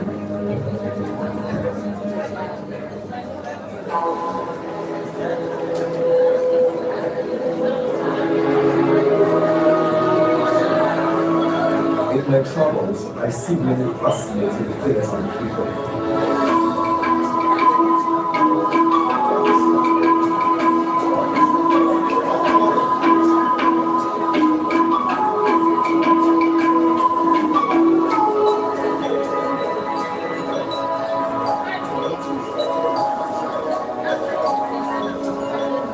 Kuli is a popular staple snack made from groundnuts across Nigeria. I share with you the story of a woman who trained her children in school and built a house, making and selling the humble but delicious quickly.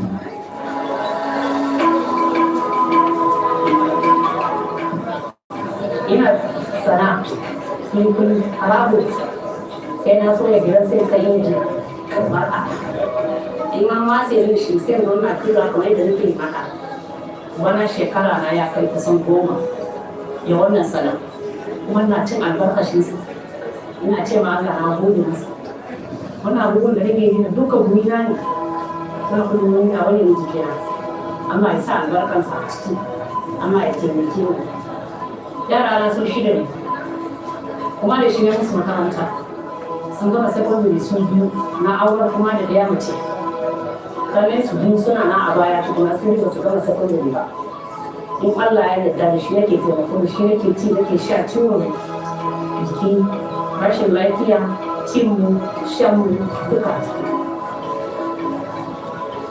kwano 10 shi ne 15,000 in na tuya shi mai da nakan samu gala haka kwalba 3 a ciki rano kuma zan kulla shi zai kai naira 6,000 a ciki ruwan da aka inda da son samun ma mutane da za su ci moriya na bayan da su kai kamar 10.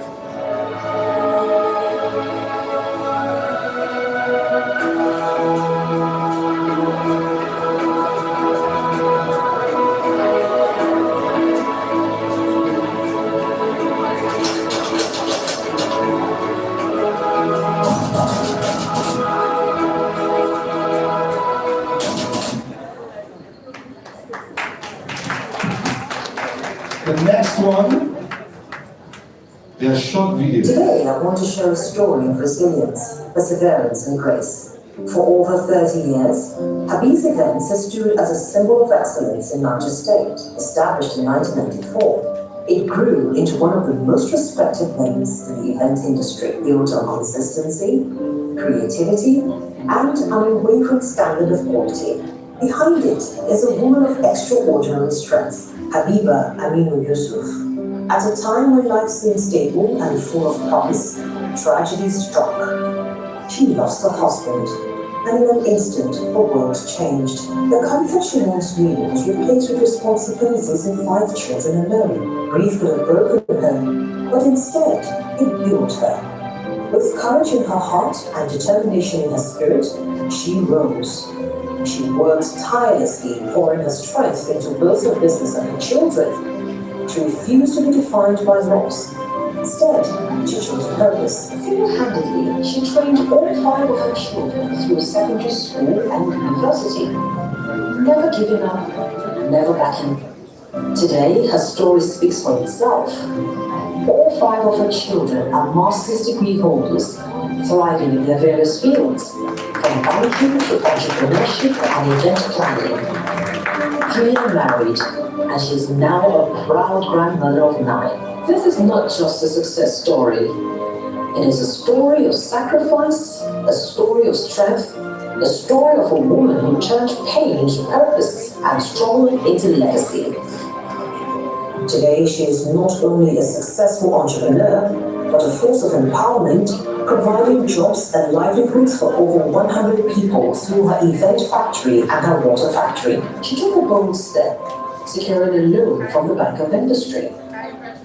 Not only did she expand her business with it, but she repaid it in record time, earning recognition as a model loanee, celebrated by the bank itself. That is discipline.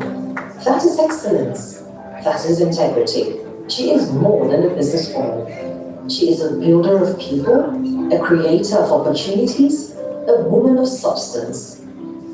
She is, in every sense of the word, an Amazon. Strong, resilient, and unstoppable. Ladies and gentlemen, please rise in honor and celebration of an extraordinary journey. The journey of Habib's Events and the incredible woman behind it, Habiba Aminu Yusuf. Hello, my name is Daisy Kakuri Missionary. a 500 level nursing student of the University of Jos and the founder of Victoria's Rema Family Foundation. This foundation was established on the 7th of July 2018 at a time when I was just 17 years old. I was just a teenager, driven by a deep passion to serve humanity and bring hope to the vulnerable children. Victoria's Rema Family Foundation was born out of compassion. Compassion for children without care, for women facing hardship, and for families struggling to survive. Victoria's Rema Family Foundation over the years has reached out to 8 states in Nigeria. Victoria's Rema Family Foundation is committed to expand its impact. One of the major goals is the completion of our building project at Basa local government in Plateau State, Jos, which will serve as a safe place for children and a center for our outreach services. To achieve this, we are still in need of 30 million naira.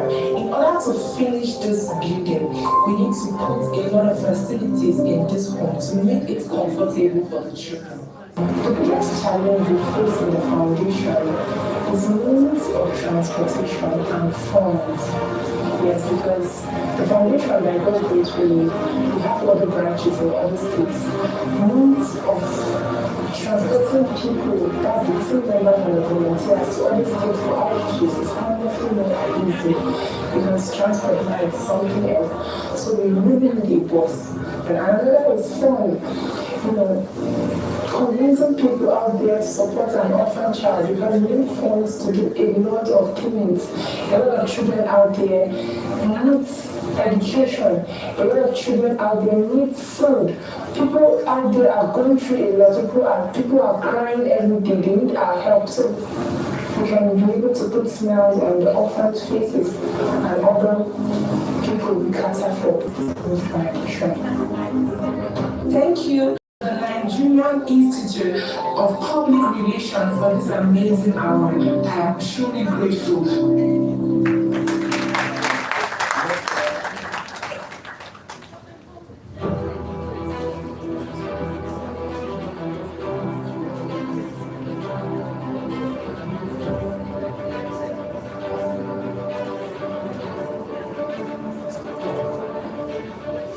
Ladies and gentlemen, today, as part of our International Women's Day celebration, we pause to shine a light on women whose quiet courage, tireless dedication, and selfless service often go unnoticed, but whose impact is profound.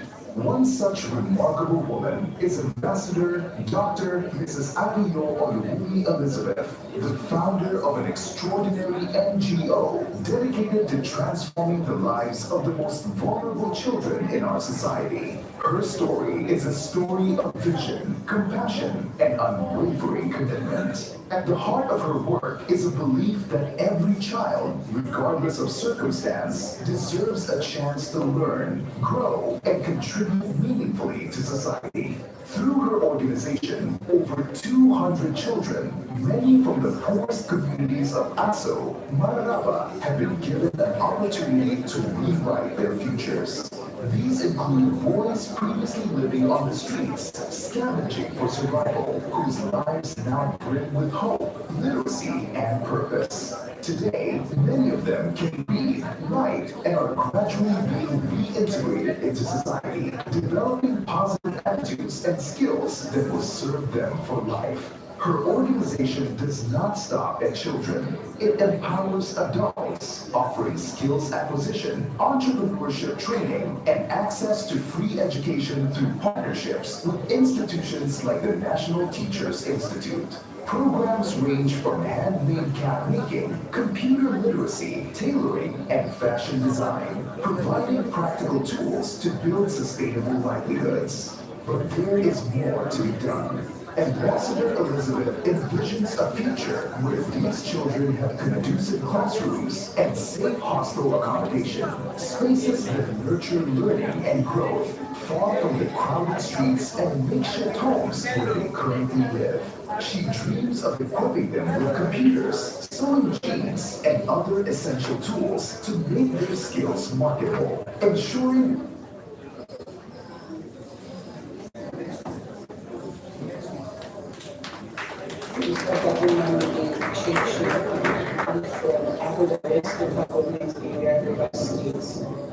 I'm a farmer, a certified agriculturist from the University of Port Harcourt, and I'm into advocacy. I go about telling the students about the beauty of agriculture and why they should embrace opportunities in agriculture. On the 26th of February, I visited my community secondary school, Ubi Community Secondary School in the community, Yahuda West. And that school being my alma mater, I was the senior prefect years there during my time. That's back 2015. So when I got there, I saw the dilapidated nature of the school and I decided to do a video calling out for them. As you can see, this video shows how bad the school environment is, how their boards are so bad, there's no roof, they don't have chairs. Sometimes students sit on floors, and some of them are even discouraged with the environment, so they don't even go to school again. So I made this post on Facebook on the 26th of February, calling out for them. And then luckily for me, the video went viral. This is me talking about the nature of the school, how I called on the local government channel of Abudares from the region Chita to come to the aid of this school being its own community. On the 1st of March, the local government channel came to my house with his brother and some security agency and the detail because of that video saying I want to damage his image online. This is a picture showing how swollen my face is, and then the intervention came. Very dark man saw my video and then he came for intervention. So this is him in my community, and luckily Bonner Boy got interested in the school, and then I was told that the school will be constructed. Initially, what I wanted was renovation. Now, my community secondary school will be rebuilt, and not just the school, there will be a health care center. This is me, I'm very dark man. He came to my community, and yes, the title came up, and I'm so happy. So the awareness I created for my community secondary school has not just helped my community. Now, there's a community in Abuda West that also will be getting new rooms, and this is as a result of what I do. Thank you so much on this nice day. All right, thank you very much. So we decided to pause on this very historic moment of the first International Women's Day, celebrated by Nigerian Institute of Public Relations. So we chose to pause to celebrate these unsung heroines. And with all these sets of respect and responsibility, I wish to call them one after the other and request these distinguished women to kindly present their awards to them. First on the row is Amina Aliyu. Where is she? So not just celebrate her. Oh wow.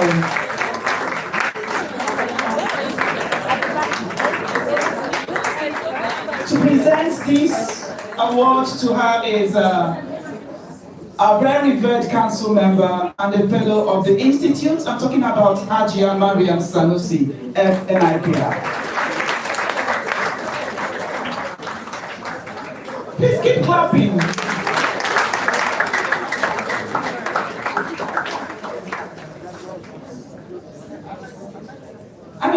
I'd like you to smile. Beautiful. All right, thank you. Thank you, ma'am.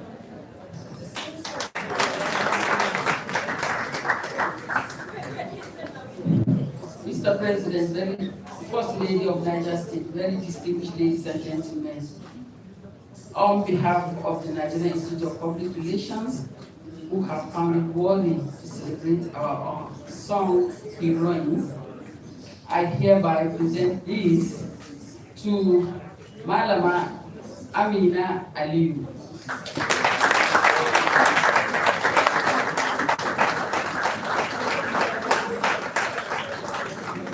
She's the Kuli lady. And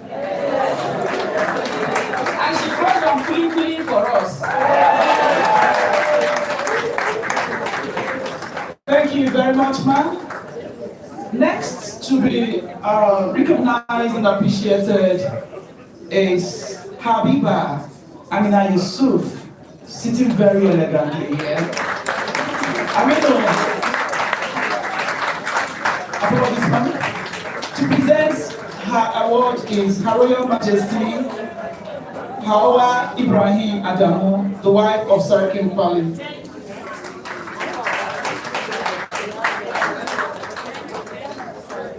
Please, can we keep clapping?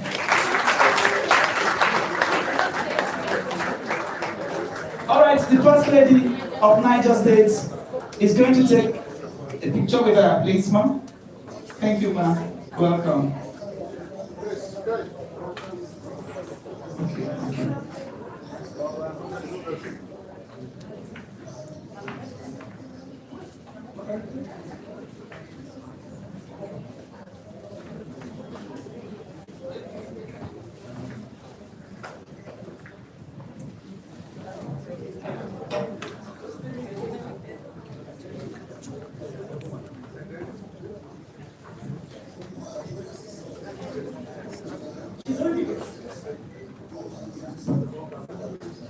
Okay, thank you.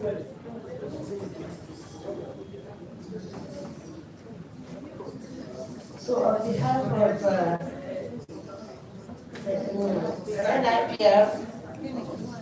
present you this. We honor you for what you have been doing, being a unsung hero of the nation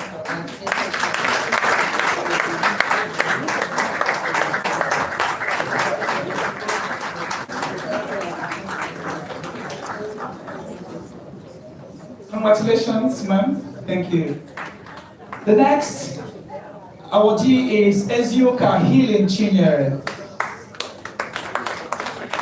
I'm sure we watched that clip from Jos.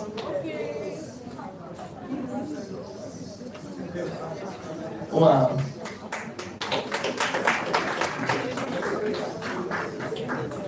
To present awards to Chinyere is Dr. Nkechi Alebalogu, FNIPR, Chairman, PR. Oh, our parents are here, wow.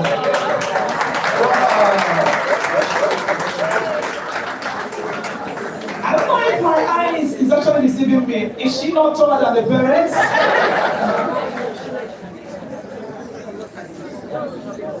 Wow. And another tall lady is coming to present the award.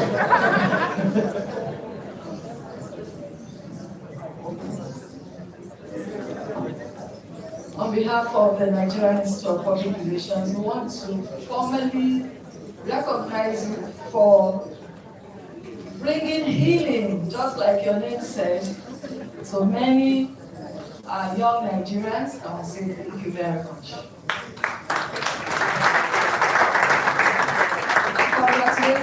Congratulations, parents.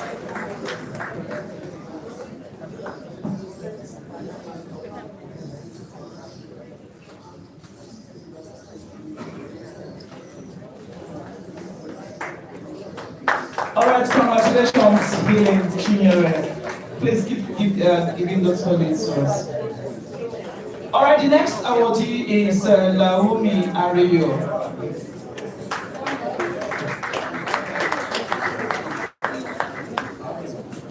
Laomi Areyo. And this award will be presented by no other person than the First Lady of NIPR, Mrs. Oge Neliako, NIPR.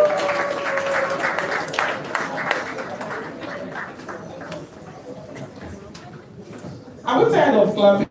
Lunch is almost there. Thank you.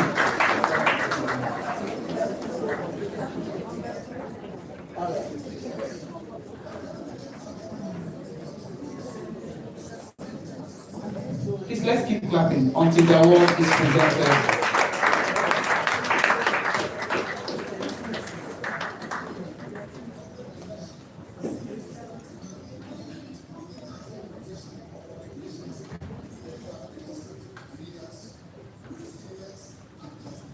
Congratulations, man. So on behalf of the Nigerian Institute of Public Relations,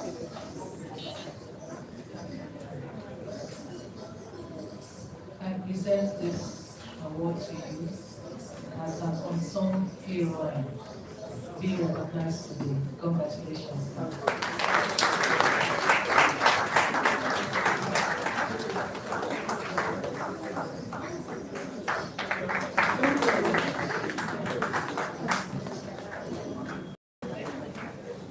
Congratulations, ma'am.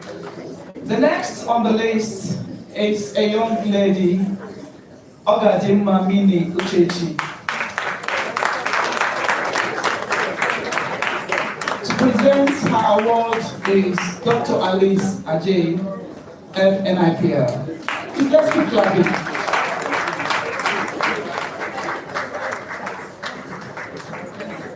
I'm sure we remember her story.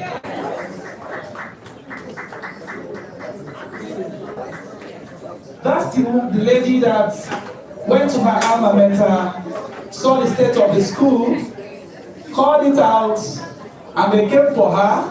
She defied the physical assault and still had to attract that positive action to her school.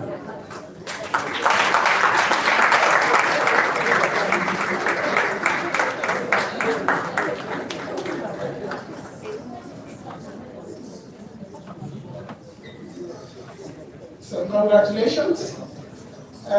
You're from my state, probably that's why I've come to present this to you. So please keep doing what you're doing. No intimidation. Remember what we said here. Your voice cannot be silenced. So congratulations.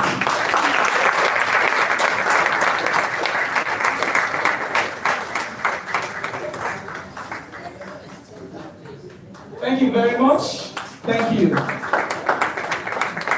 All right, we congratulate all these women of strength, women of resilience, and women of quiet but undeniable influence. Congratulations to all of them. Dr. Jeme, back to you now. Thank you. Thank you very much. Please give her a round of applause. Thank you. And with this, we want to indeed say thank you to everyone who's been part of this. The plaques have been presented. There's lunch just downstairs here, but there is 40 books, 40 spaces for leadership training. If you want to take a seat on the 40 spaces, it will be important that you register the QR code. Can you please show the QR code? Oh, your phones are not here. Okay. Okay.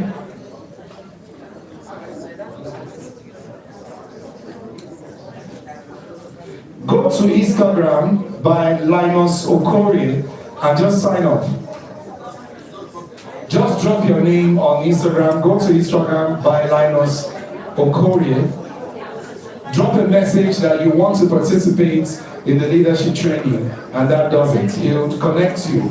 Drop your phone number. So if your phones are not here, write it down. Hold on. Or you can take this number and send a WhatsApp message.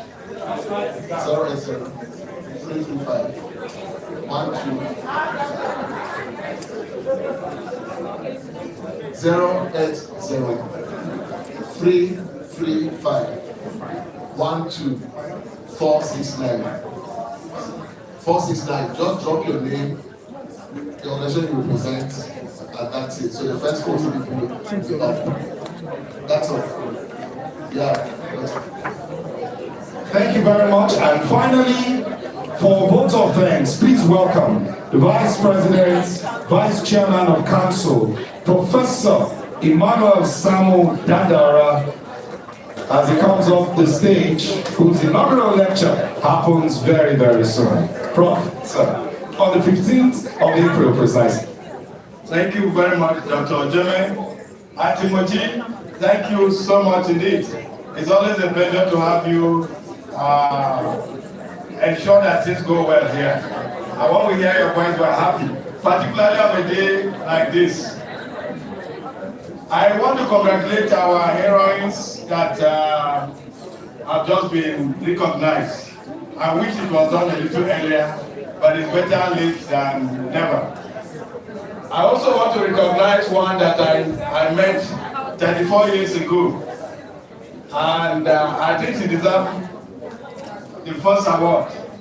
And I'm talking about no less a person but my wife, who is sitting here, Mrs. Rona Dandaura. Please help me to put your hands together for her. 34 years ago I met her, and 3.5 years later we signed it wasn't a contract, it's a life commitment. So on the 6th of April, we'll be celebrating our 30th anniversary as husband and wife. Now, I'm being called to give vote of thanks, but I think when the chairperson of the NPC was speaking, she did a vote of thanks. She called everybody by name and recognized especially all that they did to ensure that this was a successful day. And so let me do the one she did not do. Would Ajay Tumaka please stand up and come forward? Yes, please. Please, let's clap for her. This event, that's fine from there. This event carries her fingerprints, her tenacity, her organizational prowess, and her resilience. When we gave her the responsibility to organize this very first event for the Institute, we knew you would do well, but we didn't know you would overperform. You have delivered a program that is so successful that for me, for the first time, I'm hearing the host of an event saying that this protocol list is too long and that the house is too full. People should go to the extension. This is a very, very good thing you have done alongside all our hard-working, beautiful women in NIPR. Please put your hands together for these women. God bless you. I just want to charge you that this conversation should not end here. We must have declaration to mark this day. So many important things were said up here. Let's pull them together and have a very simple, clear, even if it's 11 points like the president has said, or 12 or less. Let's release them as our declaration marking this significant day. Please, you and your committee should not sleep on that. Please clap for her as she goes back. And of course, to our distinguished guests, some of whom are gone by now, who could not find seats, and those that are in the overflow, we sincerely apologize for that. But the lesson is simple. Next time when NIPR invites you, and particularly when it has to do with our women, you must come 1 hour before the advertised time so that you can find seats. I know that even if we have 1,000 seater auditorium, we will still have had the same problem. So let's keep to time, let's come early. And like they used to say, if you want to change the world, invest in women. But I say that if you want to sustain that change, respect women. So Hadia Lami Tumaka, we are not changing your committee. Make sure that you begin to prepare for the next one. I didn't even need to consult president because the presidency is one. And I know it's his thinking as well. So we want to have a bigger event. Well, what we have witnessed today, for me, is not just a statement. It is a very strong message that the future of leadership, the future of professionalism, and that of national development must include our women. It must be driven by our women, and it must empower every single woman, and we must show respect to our women. So on behalf of the Nigerian Institute of Public Relations, I want to thank every one of you that made this day special. I want to thank every one of you that is still in the hall, and I want to thank you, and thank you so much indeed for continuing to respect and honor our women. God bless you as you go back. Thank you very much, and with this we've come to the end of the program. Lunch is served just downstairs over there. As you proceed, remember to go to Instagram, check for Linus Okorie, if you're interested in the Leadership Forum. On behalf of Chief Mrs. Mojima Konjola, my name is Tope Regiment. It's been an honor. Bye for now. Bon appetit, lunch served.